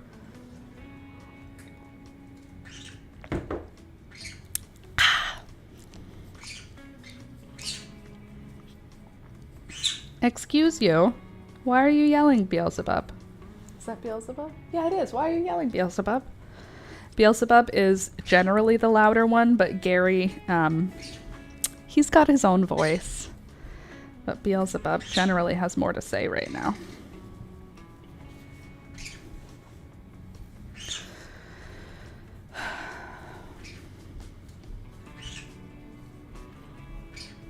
I already have everything packed up to leave because I'm going to my sister's after this to hang out with her baby. I mean, to hang out with her and also to hold her baby. But I'm not leaving for an hour still.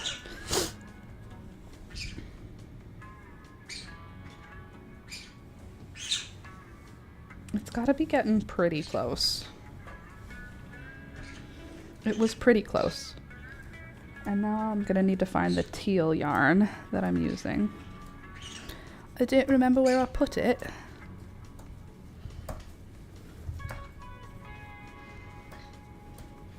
How old was I when I tried to get married? I don't think I was even 30 yet, right? 2020 was it? Or 2021? I think it was 2021. So if it's 2025, that's crazy. So yeah, I would have been married at 29 if I had accomplished the wedding. Unfortunately, we had to cancel our wedding. So that didn't work out. It wasn't our fault. It was a family emergency. We had to cancel it. We didn't have a choice. And then we lost all of the money from all of the deposits and stuff. And we never rescheduled because it was very traumatizing. And because it wasn't better for a while. And now I'm at this point where I'm like, I'll just wait until the nephews and nieces are old enough to be away from their parents for a couple of hours, like for the parents to be able to have babysitters for my wedding, because right now everybody's in the thick of baby season. I should wait a long time to get married and then just invite all subscribers. Everyone who is part of the live stream community can come to the wedding, and then it'll just be this weird eclectic group, and then I won't have to feel like I have to talk to everyone, because I can just like make them talk to each other. You know how like confident and sure of myself I seem right now because I'm in a room alone with my pets? I'm gonna go out and feed and rock Libby out on the deck. See you later. Sounds good, Julia. Have a good rest of your time. I'll see you in an hour and a half. Anyway, having everybody there would be fun. But anyway, like I was saying, I have confidence when I'm alone in my home with my pets. But in front of people, I hate it. I hate it. I have high levels of anxiety, so I do not have the best performance in front of groups. So having everyone talk to each other would be great. And the subs can bring oddities for gifts. Imagine there's like the old people of my family who've brought like a wedding card, and then there's like the subscribers, and they're like, I found this possum and I had the bones articulated for you. I just want to be Frankenfurter. Can't I just be Frankenfurter? Or, what's the other guy's name? Hold on. Frankenfurter and... I can't remember the other guy's name. The one who goes, it's astounding. Time is fleeting. I could be him. At my wedding, though. A themed wedding of oddities. Have the wedding feel like a weird oddity. The first wedding was going to be so cute, Heather. You should have been here as part of the team earlier so you could have seen. It was going to be all pink and floral and girly and goddessy and whimsical. It was a very good plan, unfortunately. The best laid plans, right? That's part of a saying. Okay, let's see. How do we look here now? Oh, and chickens. Totally. There were like 40 chickens at my previous venue. Riff Raff. Thank you, Candace. I don't know why I forgot the name. Here's the sleeve now, by the way. Looking pretty good. I'm just trying to decide if I should do the whole rest in teal or keep going a little while. Hard to know. Yes, we had chickens. We had like 40 chickens. We lived on like a farm. Do you see this? What is this blend? She did her best. Okay, she did her best. Okay, now I need to find that teal yarn. Where are you? Oh, there it is. Oh, you can't see it. There it is. The teal. Hello. Hello, governor. Hello, Poppet. Here you go. A little hat for you. Enjoy, darling. Oops. A cedar block. To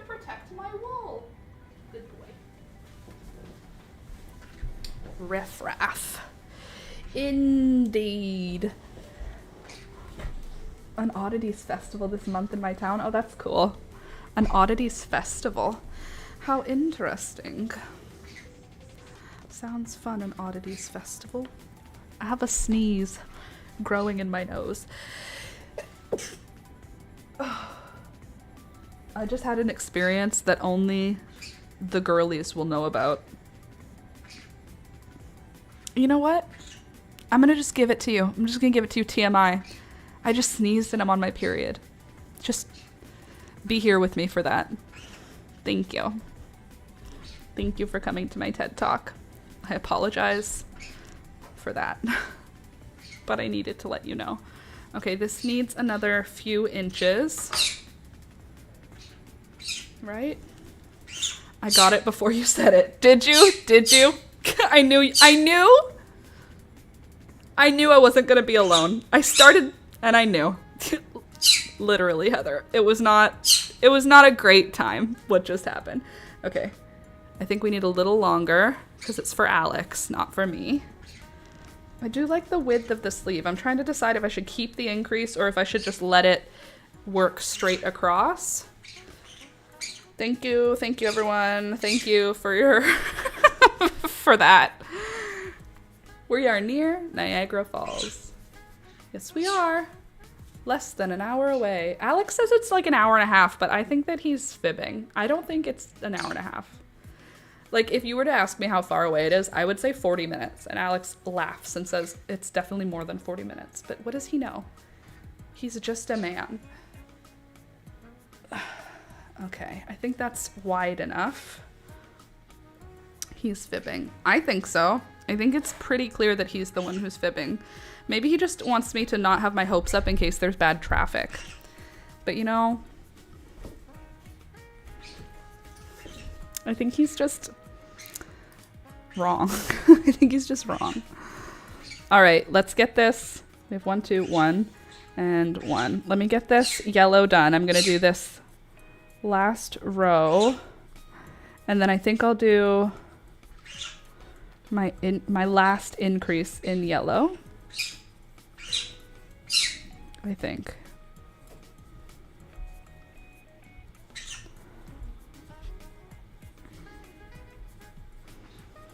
I am a little nervous that it's not long enough, but it's probably fine. Who knows anyway? Like, I'm not a doctor. I'm just here. I'm just a girl. I'm just here showing up. I'm crocheting, so I deserve the work. I'm doing the work, okay? My hair looks so cute today. Like, as much as I don't want to be like, I'm vain. Look at how cute I am. Are you kidding me? Ignore, like, the dead and the split ends. But just, like, look at this cute little part here. So fun. Look at the pink. She's adorable. The overalls, who is she? The little pigtails? Beautiful. 5-hour drive for me to the falls, but 2 border crossings involved. 2 border crossings to get to Niagara Falls? That sucks. Niagara Falls in Canada is prettier than Niagara Falls in the States. But Niagara Falls in the States has the Seneca Hotel, and the Seneca Hotel is like the location nearest to us that often has shows. We don't go to the States right now. No offense to you USA people, but many Canadians are not doing trips to the States. Usually, because the States for us is like less than an hour away, it was very common to go to the States for, prettier to here to see them. Oh, it's prettier in the US? Looking at Canada? Oh, Canada's prettier. Love that for us. Anyway, a lot of Canadians are not currently visiting the US on account of, don't go to Niagara Falls, New York. Oh, yeah. Go Niagara Falls, Ontario. It is pretty from Ontario. Niagara Falls, Ontario. Come to Niagara Falls, Ontario. Yes. Anyway, what I was trying to say is a lot of Canadians are not going to the States right now because of the state of the world and whatnot. But it used to be pretty common for us in anywhere from where I live all the way to where Candace lives to just go to the States. Like, it's Saturday. We're just going to go shopping. We're going to go to the Galleria Mall. And that's what we're going to do with our time. We're going to go to No, not Target, not Tesco. We're going to go to, come on, grocery store. You could do it. Tox? Hold on. We're going to go to Tox. Hold on. I know it, and I don't want you to tell me, and I'm going to remember it. Tops. Thank you. Tops. I got it. Tops. Wow. My brain has it. It just has to get in there. Can't see shit from the New York side. Oh, true. Wegmans. Wegmans and the other not grocery store, the other pharmacy. I need to take a trip to Canada. I need all dressed chips. Come visit. Canada's great. I like it here. The more things happen, like there was a pretty long period of time where Alex and I went, why do we even bother living in Canada? We could just live in the States. It's just across like the street. It's not far away. We could live in the States. We could live in Buffalo, New York and afford a house because housing is not unaffordable. In Niagara Falls, Ontario, a house will be $600,000. And then right across the falls in Buffalo, New York, a house will be like $180,000. So like completely different budget for buying houses. And there was a pretty good period of time where Alex and I said, like, we could go to Texas. We have no kids. We have no responsibilities. We could move and have, super cool exotic pets. Like, we don't need to live in Canada. And then things just got a little crazy, like COVID time. And we were like, we'll stay in Canada. And then things have just been getting crazier and crazier. And now I'm like, I don't want to leave. But I used to like be like, let's go live in freaking Montana. Let's go find a ranch and just like live out in the wilderness in Michigan. No, not anymore. Now, unaffordable housing is the least of the troubles. But we do have all dressed chips, which is great. And sometimes we have healthcare, which is great. Cost of living is still a crisis here. However, I still love it here. Oh, Canada, our home on native land. Anyway, thank you for coming to my TED Talk. Hey, Alex, am I going to take the car or are you going to drive me? I'm asking, do you want to take the scooter or do you want to drive? Okay, so then I'll drive. Okay. But if I drive... With Tobias. Yes, with Tobias. And we have poutine and maple syrup. What else do we have that makes Canada amazing, Alex?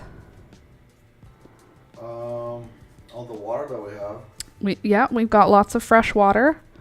Lots of greenery. Sometimes.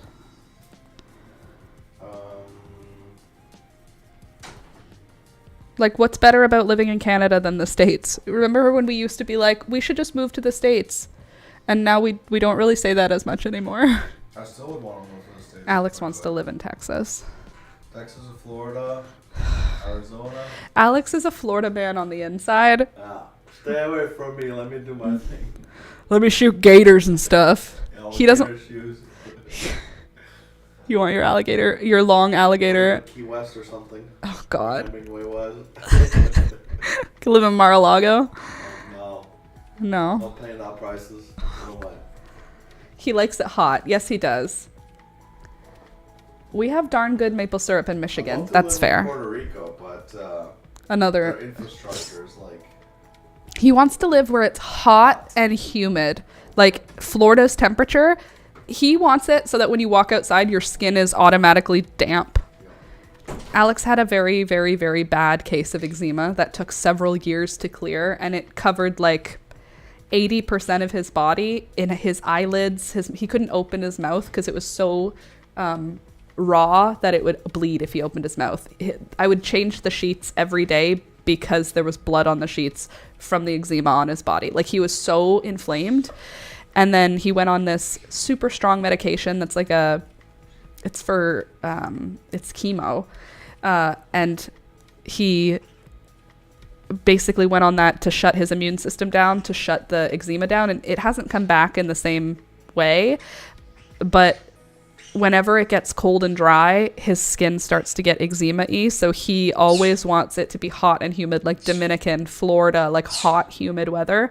This heat wave where it has said it's dangerous to be outside, he's been in the hammock, just hanging out outside in the heat in the hammock. He likes it hot. I do not like it that hot. So whenever I'm like, where should we move? He's like, Texas or Florida. And I'm like, those are literally the only two that I'm like, can we not go to Texas or Florida or Utah? I wish Utah had more. It's like 65% Mormon in Utah. And like, as much as I don't mind anybody believing whatever they want to believe, I also don't want to be like fully surrounded, you know? Tucson has the world's largest gem and mineral show. Do you know that I knew that? Tucson Gem and Mineral Show. I know that exists. Isn't that weird? We say thank you. We let people in a lane and let someone go first. We do say please and thank you. We say sorry. I don't know that we let people in the lane. Maybe in St. Catharines, but I don't know. Toronto is pretty crazy to drive in. We have Celine Dion and Michael Bublé. Yeah, we do. And we have Josh Ramsey. First of all, way to miss out on an icon who is Canadian. Gross, Alex. I know. He likes it hot. Yeah, he wants it super hot and he wants it super humid. Hot and humid. Not what I want, but I'm happy for him. Okay, first of all, Beelzebub, you're very dramatic. Oh, I have something in my eyeball. Did I get it? There. I think so. Molson. I don't drink beer, so for me, I don't care about Molson. But we do have it. Molson Canadian. Yeah, we have Canadian Club whiskey. I don't drink whiskey either, but like we have it. Canada Goose vodka. Oh wait, it's Grey Goose, isn't it? That might not be Canadian.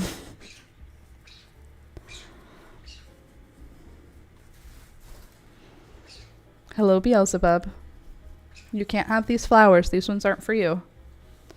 Anyway, Canada's great. Love Canada. Obviously, I hate some of the things about the Canadian government, but Canada as a landmass, gorgeous. Canada as a people, mostly okay. I would say mostly okay. I dislike many, many people. So, you know, because I dislike many people, I would say the people of Canada, take them or leave them. They're mostly okay. I mostly dislike people, so I probably don't like any of them. But, like, I love my family and I love the people that I love. I just find most people,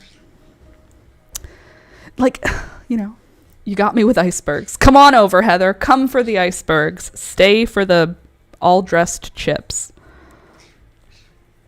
And the Smarties, which you guys don't have. Which is so bizarre, because you have something called Smarties, but we call those sweet tarts or nerds or something.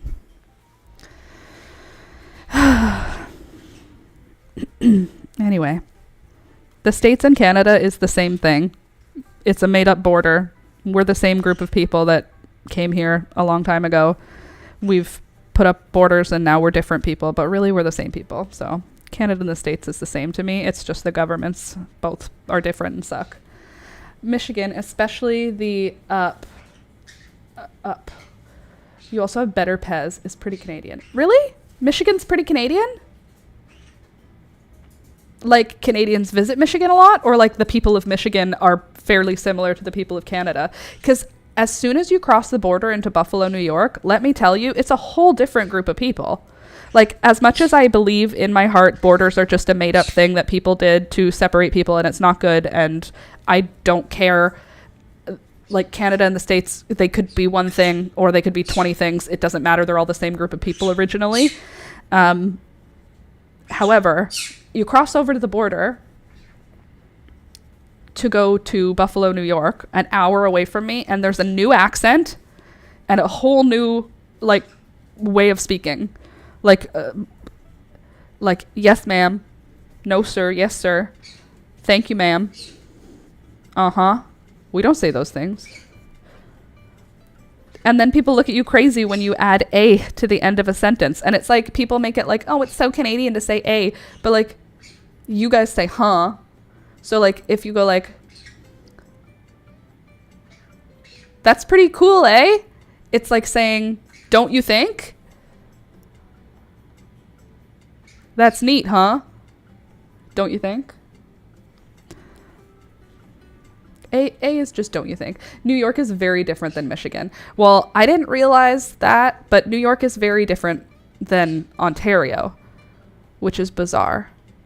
It's bizarre how the demographic changes so quickly and how the accent changes so quickly and how like all of it changes so quickly just over a border. Michigan says pop instead of soda. That's Canadian. That's us. We're on the same team. We say pop. Soda? Ew. Why are you saying soda? That's weird. It's normal. I understand. But pop, we say pop. So Heather, you are one of us. Welcome to our group. North Michigan says A. Are you in North Michigan or South Michigan? Are you a Canadian American or an American American? No sweet tea here. It's iced tea. Oh, that's true. You can make your own sweet tea, but it's not going to be like real sweet tea because we don't drink that here. It's not one of our customary beverages, which is such a bummer because sweet tea, if you've had it when you travel in the state, no, it's not gross in the States. But you know what? It gives me the same feeling as lemonade when you have real lemonade, when you're like, this is 70% sugar. That's what I feel about sweet tea. It's like, it's good, but if I drank this every day, I would get diabetes. Gary, that's about enough out of you, okay? I've heard about enough. Gary wants to scream and fly. That's what's happening right now. He's like amping up to fly and scream. That's what the bird do. We get a lot of ads for Michigan here, like on TV and on the computer, on YouTube videos and stuff. It'll be like,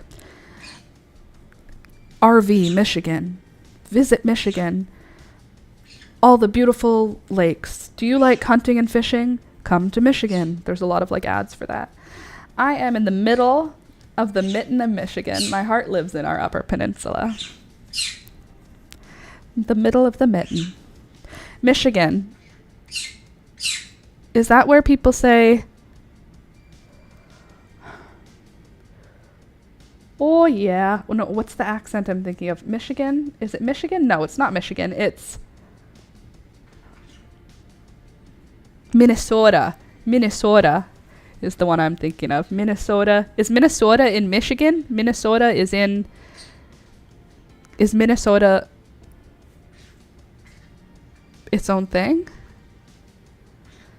I'm not a doctor. I'm a Canadian with a Canadian education. Minnesota is another state. Yeah.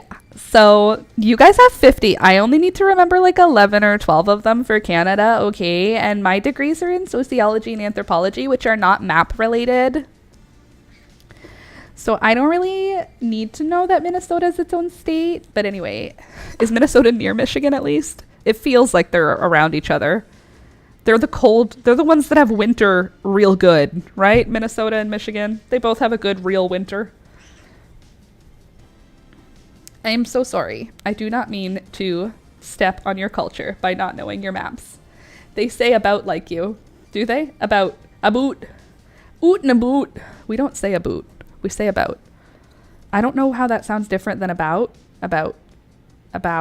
I guess it's like it takes longer for you guys to say about. We just say it faster, that's all. You guys say about. You make it take a whole long time. About. I'm going out and about. You use so much of your mouth to say it, out and about. You don't need to say so much. Not you, just like in general. Is that the correct difference? About and about? Slowing down your speech. We're just faster. We're just quicker up here in Canada. We have to be quick to stay warm. About. I've been told I say about, bag, and bagel wrong. Because it's like, it's bag. And I'm like, bag. My tongue's in the wrong spot. My throat is the wrong shape. Bag, bagel, bagel. Basil, I don't know, man. I'm just living my life out here, okay? You say sorry differently. Yeah, you say S-A-R-R-Y in the States. Sorry. S-A-U-R-R-Y, like Laura. Sorry. Sorry. Whereas we say sorry. So it's like, oh, instead of ah. Sorry. Sorry. But it's an O, so I pronounce it like there's an O there. Sorry. And then we say Toronto, like Toronto. Toronto. Toronto. T-C-H-R-A-N-O-U.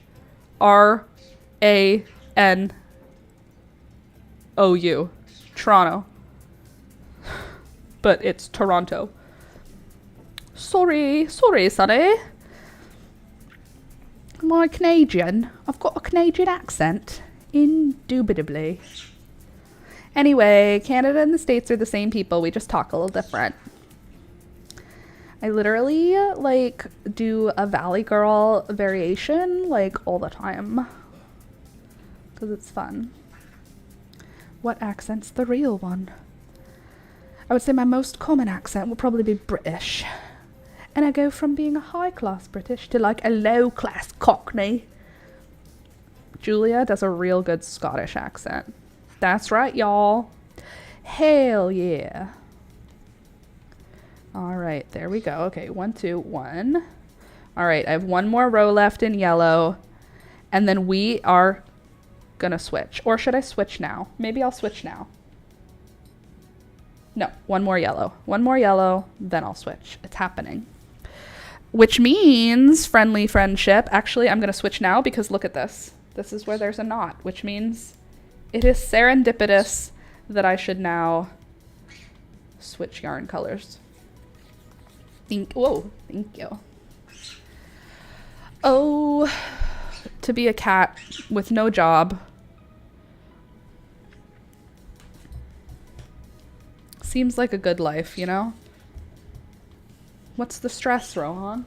Oh, none ever? That's nice. Okay, there.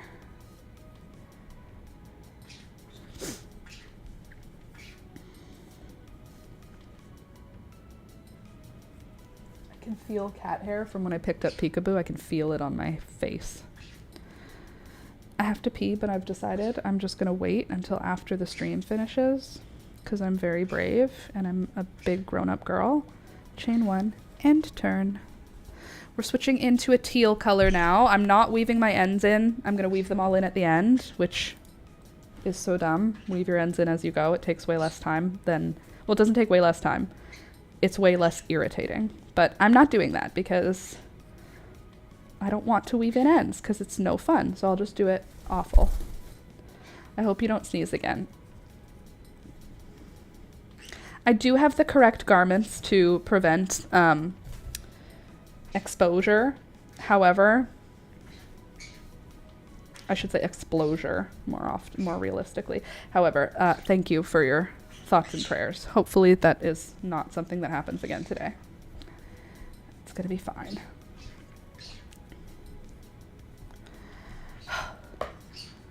SpongeBob SquarePants. This is not going to be a SpongeBob SquarePants themed sweater. It's not going to look like that.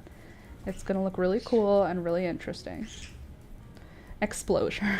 Yes. It's an explosion that leads to exposure. Exposure. Beelzebub is looking at my bouquet over here, and she's thinking, I think I see some yarrow in there, and I love chewing on yarrow. She won't be invited to do that. You can't see her, but I promise she's here. Oh my gosh, Gary! What the heck? Gary just went out of his way to attack Rohan. Rohan turns his back, and Gary wants to get him. Look at this. He's biting the bed, trying to tempt Rohan to get him.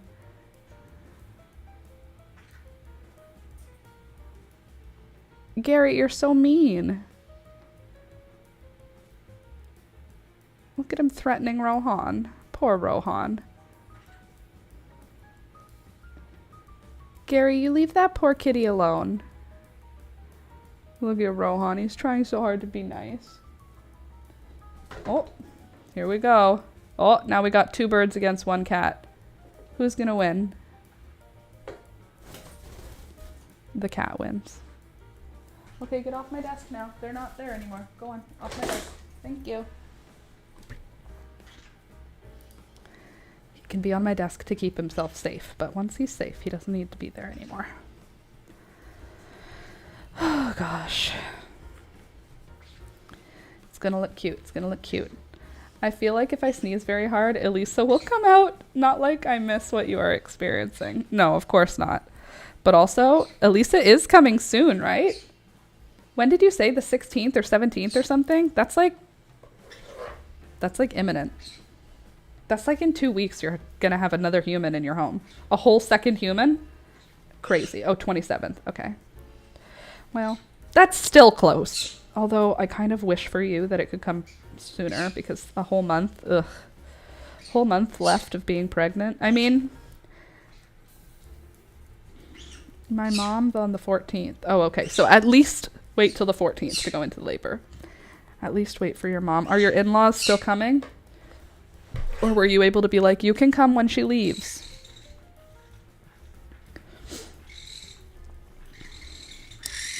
What? Is there somebody outside? Whoa, who's there? That noise is an interested bird noise. It's like them when they're excited and interested, but not necessarily afraid. December or November. Okay, that's good. At least a while. I hope your mom takes great care of you. Me too. I hope your mom takes really good care of you. And takes good care of Ada. Because now there needs to be someone who's taking care of Ada's emotional needs, because when she has a new sibling coming into the house, everybody goes, oh, the baby, oh, the baby. But like the toddler is the one who actually has comprehension. I was speaking to one of my sisters and they read something that said when your toddler screams at the same time as your newborn, you don't go to the newborn, you go to the toddler. Unless your newborn is injured and you have to go to the newborn, always go to the screaming toddler first, because the newborn is not going to know that you waited an extra 30 seconds to get them, but the 2-year-old is. The 2-year-old, the 3-year-old has comprehension, so they feel left behind, whereas the baby doesn't have any memory-making power yet.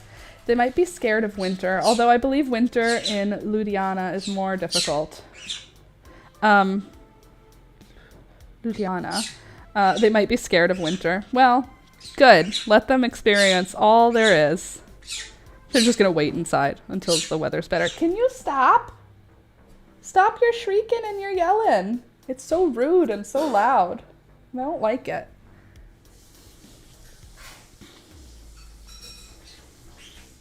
They're ready. They're ready for the stream to be over so that they can start flying around and screeching. I can hear them getting excited. Hey, Alex. You might have to do your work in my office after I leave. What? Because the birds are very excited. What? They just feel, I can feel that they're excited. They want to fly around and scream. So you have to be out here so that they don't have to be in their cage. Unless you just let them out without being out here so that they're just wandering around. Sounds like a problem for other people. Sounds like it's your opinion, man. Yeah. I think so. No problem.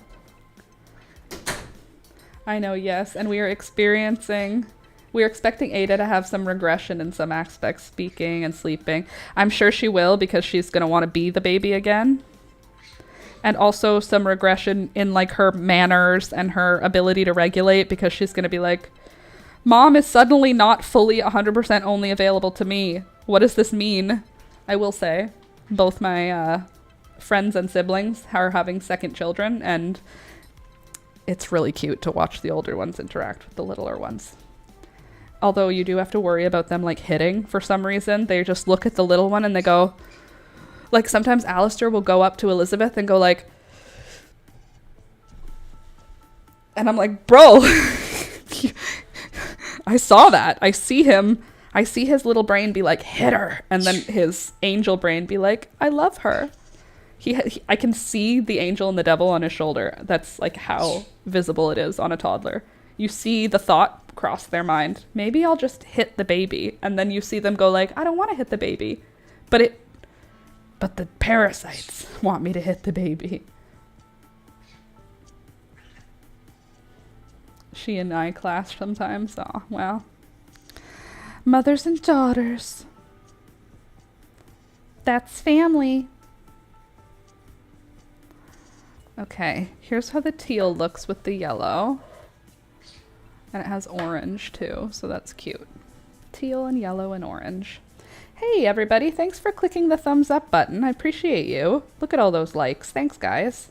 Hey, if you're one of the hundreds of people who watch this live stream after it happens, not the people who are watching physically live, still click the thumbs up button. It's helpful. It's good for the YouTube algorithm, and for some reason, if I don't remind you, you never click it. So here I am reminding you. Click it. Thumbs up. Like the video. Thank you, thank you. Sorry it's annoying to be reminded so many times.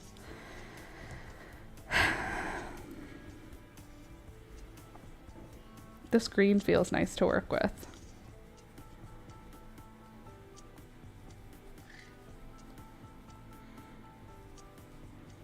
Where are we at? 11:45. You know what that means. Almost time for me to go pee.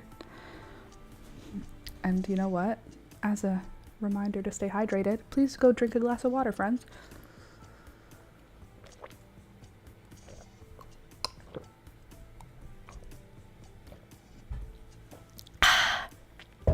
Hamilton, Ontario.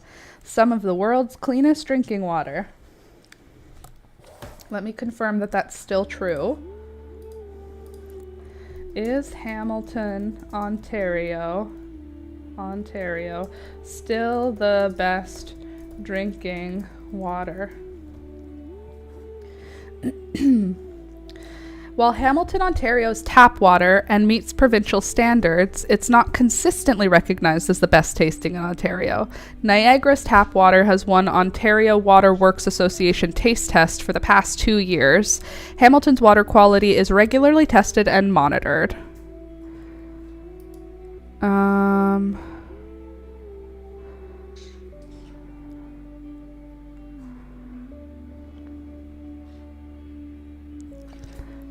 Okay, so it's not the best tasting tap water. It used to be, but it's not anymore. Got ya, Laura, lol. It was, though. How about when was Hamilton, Ontario the best tasting water? Is known for having the best tasting drinking water, having won awards in 2010 and 2009. That's a long time ago. Our pipes have, okay, winning awards in the early 2010s.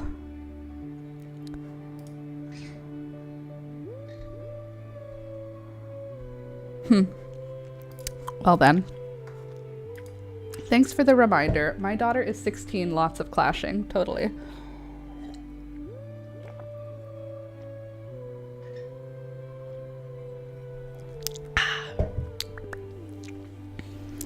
I remember clashing with my parents. Well, I didn't really clash with my mom. She and I didn't really have much in common, so we didn't really fight.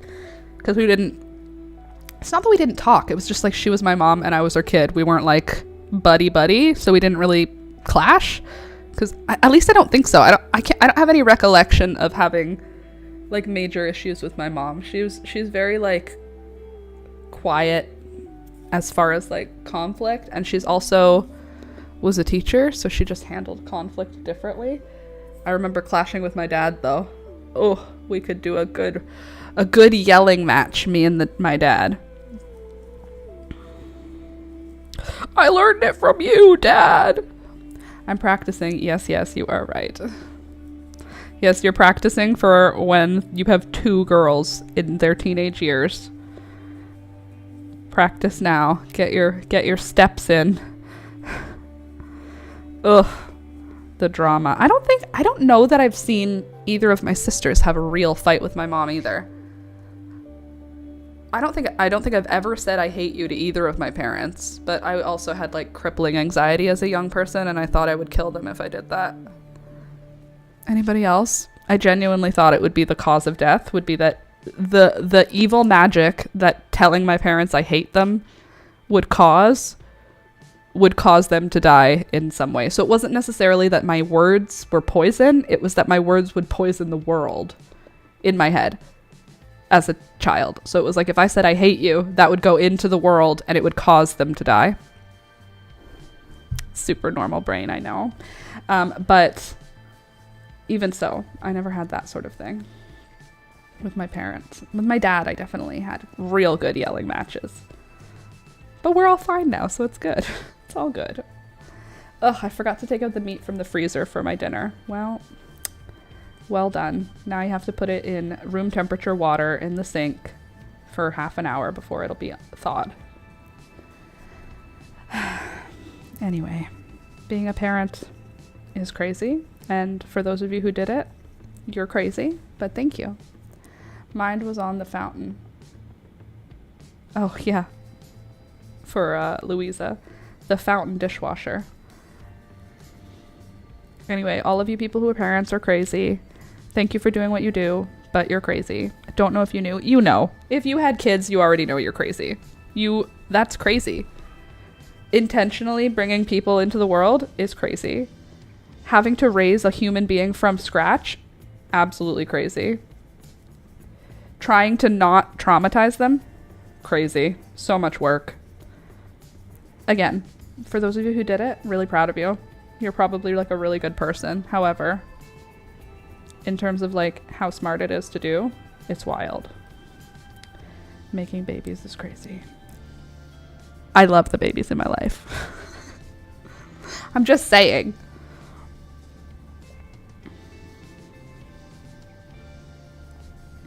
Oh, the fountain.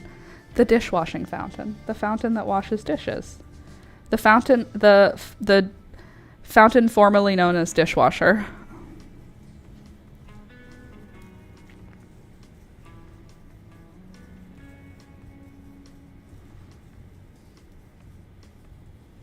Washing by hand again.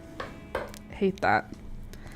It's the life we live here. Our apartment does not have a dishwasher, and it is not cool. I don't appreciate hand washing dishes. Not that I do it very often. Mostly it's Alex's job, but I do it sometimes and I don't like doing it. It's not like a fun time for anybody. It needs to be done right away. Yeah, or else the ants. That's how you get ants. Also, it has to be done right away because you have a baby, Louisa, which means there's dirty dishes happening 300 times a day. Honestly, babies make so many more dirty clothes and dirty dishes than adults. And they cause more things to just need to be washed. Even if they don't use the plate, more plates get dirty right away just by having a toddler. So yeah, you do need to do the dishes right away because they will pile up quick when you've got a little one in the house.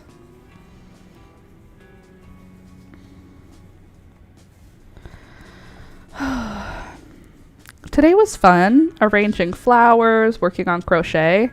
I'll take lots of good pictures in the garden this weekend so that I have something to show you on Monday. But if you want to see what my garden's doing, I did put a tutorial out. Not a tutorial. I put a garden tour. That's the word I'm looking for. I put a garden tour out on Tuesday. So there's a video of a garden tour. And if you want to see what my garden's doing. But if you don't want to look at the garden tour and you just want to know what my garden's doing, here's a pic. Here's what it looks like right now outside in my garden. Zinnias. It's zinnia season. We've got coleus, mint, marigolds, zinnias, one random cleome flower, some echinacea, some feverfew, some yarrow.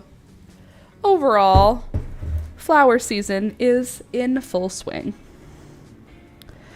Post farm pics during the weekend. Okay, I will. I'll post pics of us at the farm over the weekend. I'll show you like the chickens and the coop and stuff. So if you want to join our Discord and see those pictures, check the links in the description of the video. It's down below this live stream in the description of the video. There is like all the ways to connect. You can join our Discord and there you will be able to see the pictures of the farm that I will upload. Otherwise, I will take pictures that are nice. Oh, I won't be here on the weekend. So I'll take pictures on Monday of the garden to show you. Of my garden. I'm not going to take pictures today because I just cut all of the biggest flowers for this bouquet. All right, I'm going to finish this row. so I can show you what she's looking like. The Alex striped sweater. Ooh, I bet you Julie and I are gonna go to sleep right when Alistair goes to sleep on Saturday. So we're gonna go to sleep early. It's gonna be amazing. And we're gonna have a fire to cook hot dogs. Okay, there we go. All right, now let me show ya what I'm what I'm working with now. Here is the sleeve. I almost just rolled over my toe. Ooh, I stubbed it pretty good. Okay, here's the sleeve, like that. Oh. There. Sleeve, beautiful. I can't, but soon. You can't have hot dogs, even if they're cooked. I know you're not supposed to have, like, smoked meat raw, but if you cook it, isn't that fine? Or you're not supposed to have, like, blended, I don't know. Looking good so far. Thank you, thank you. Okay, I have to go now because now the peeing has become an emergency. I have to evacuate this stream to go to the bathroom. So I love you guys. I really hope you had a good time hanging out with me. You're super. Louisa, it's the bun. Oh, that sucks. Okay, well, anyway, I will see you all next week. Have a good rest of your weekend. Stay hydrated, drink water, be nice to each other in the Discord. Send me pictures of your gardens and your flowers in the Discord. It will make me feel happy. And next week's video is going to be a crochet tutorial, so definitely come back for that. So I'll see you next time. Bye!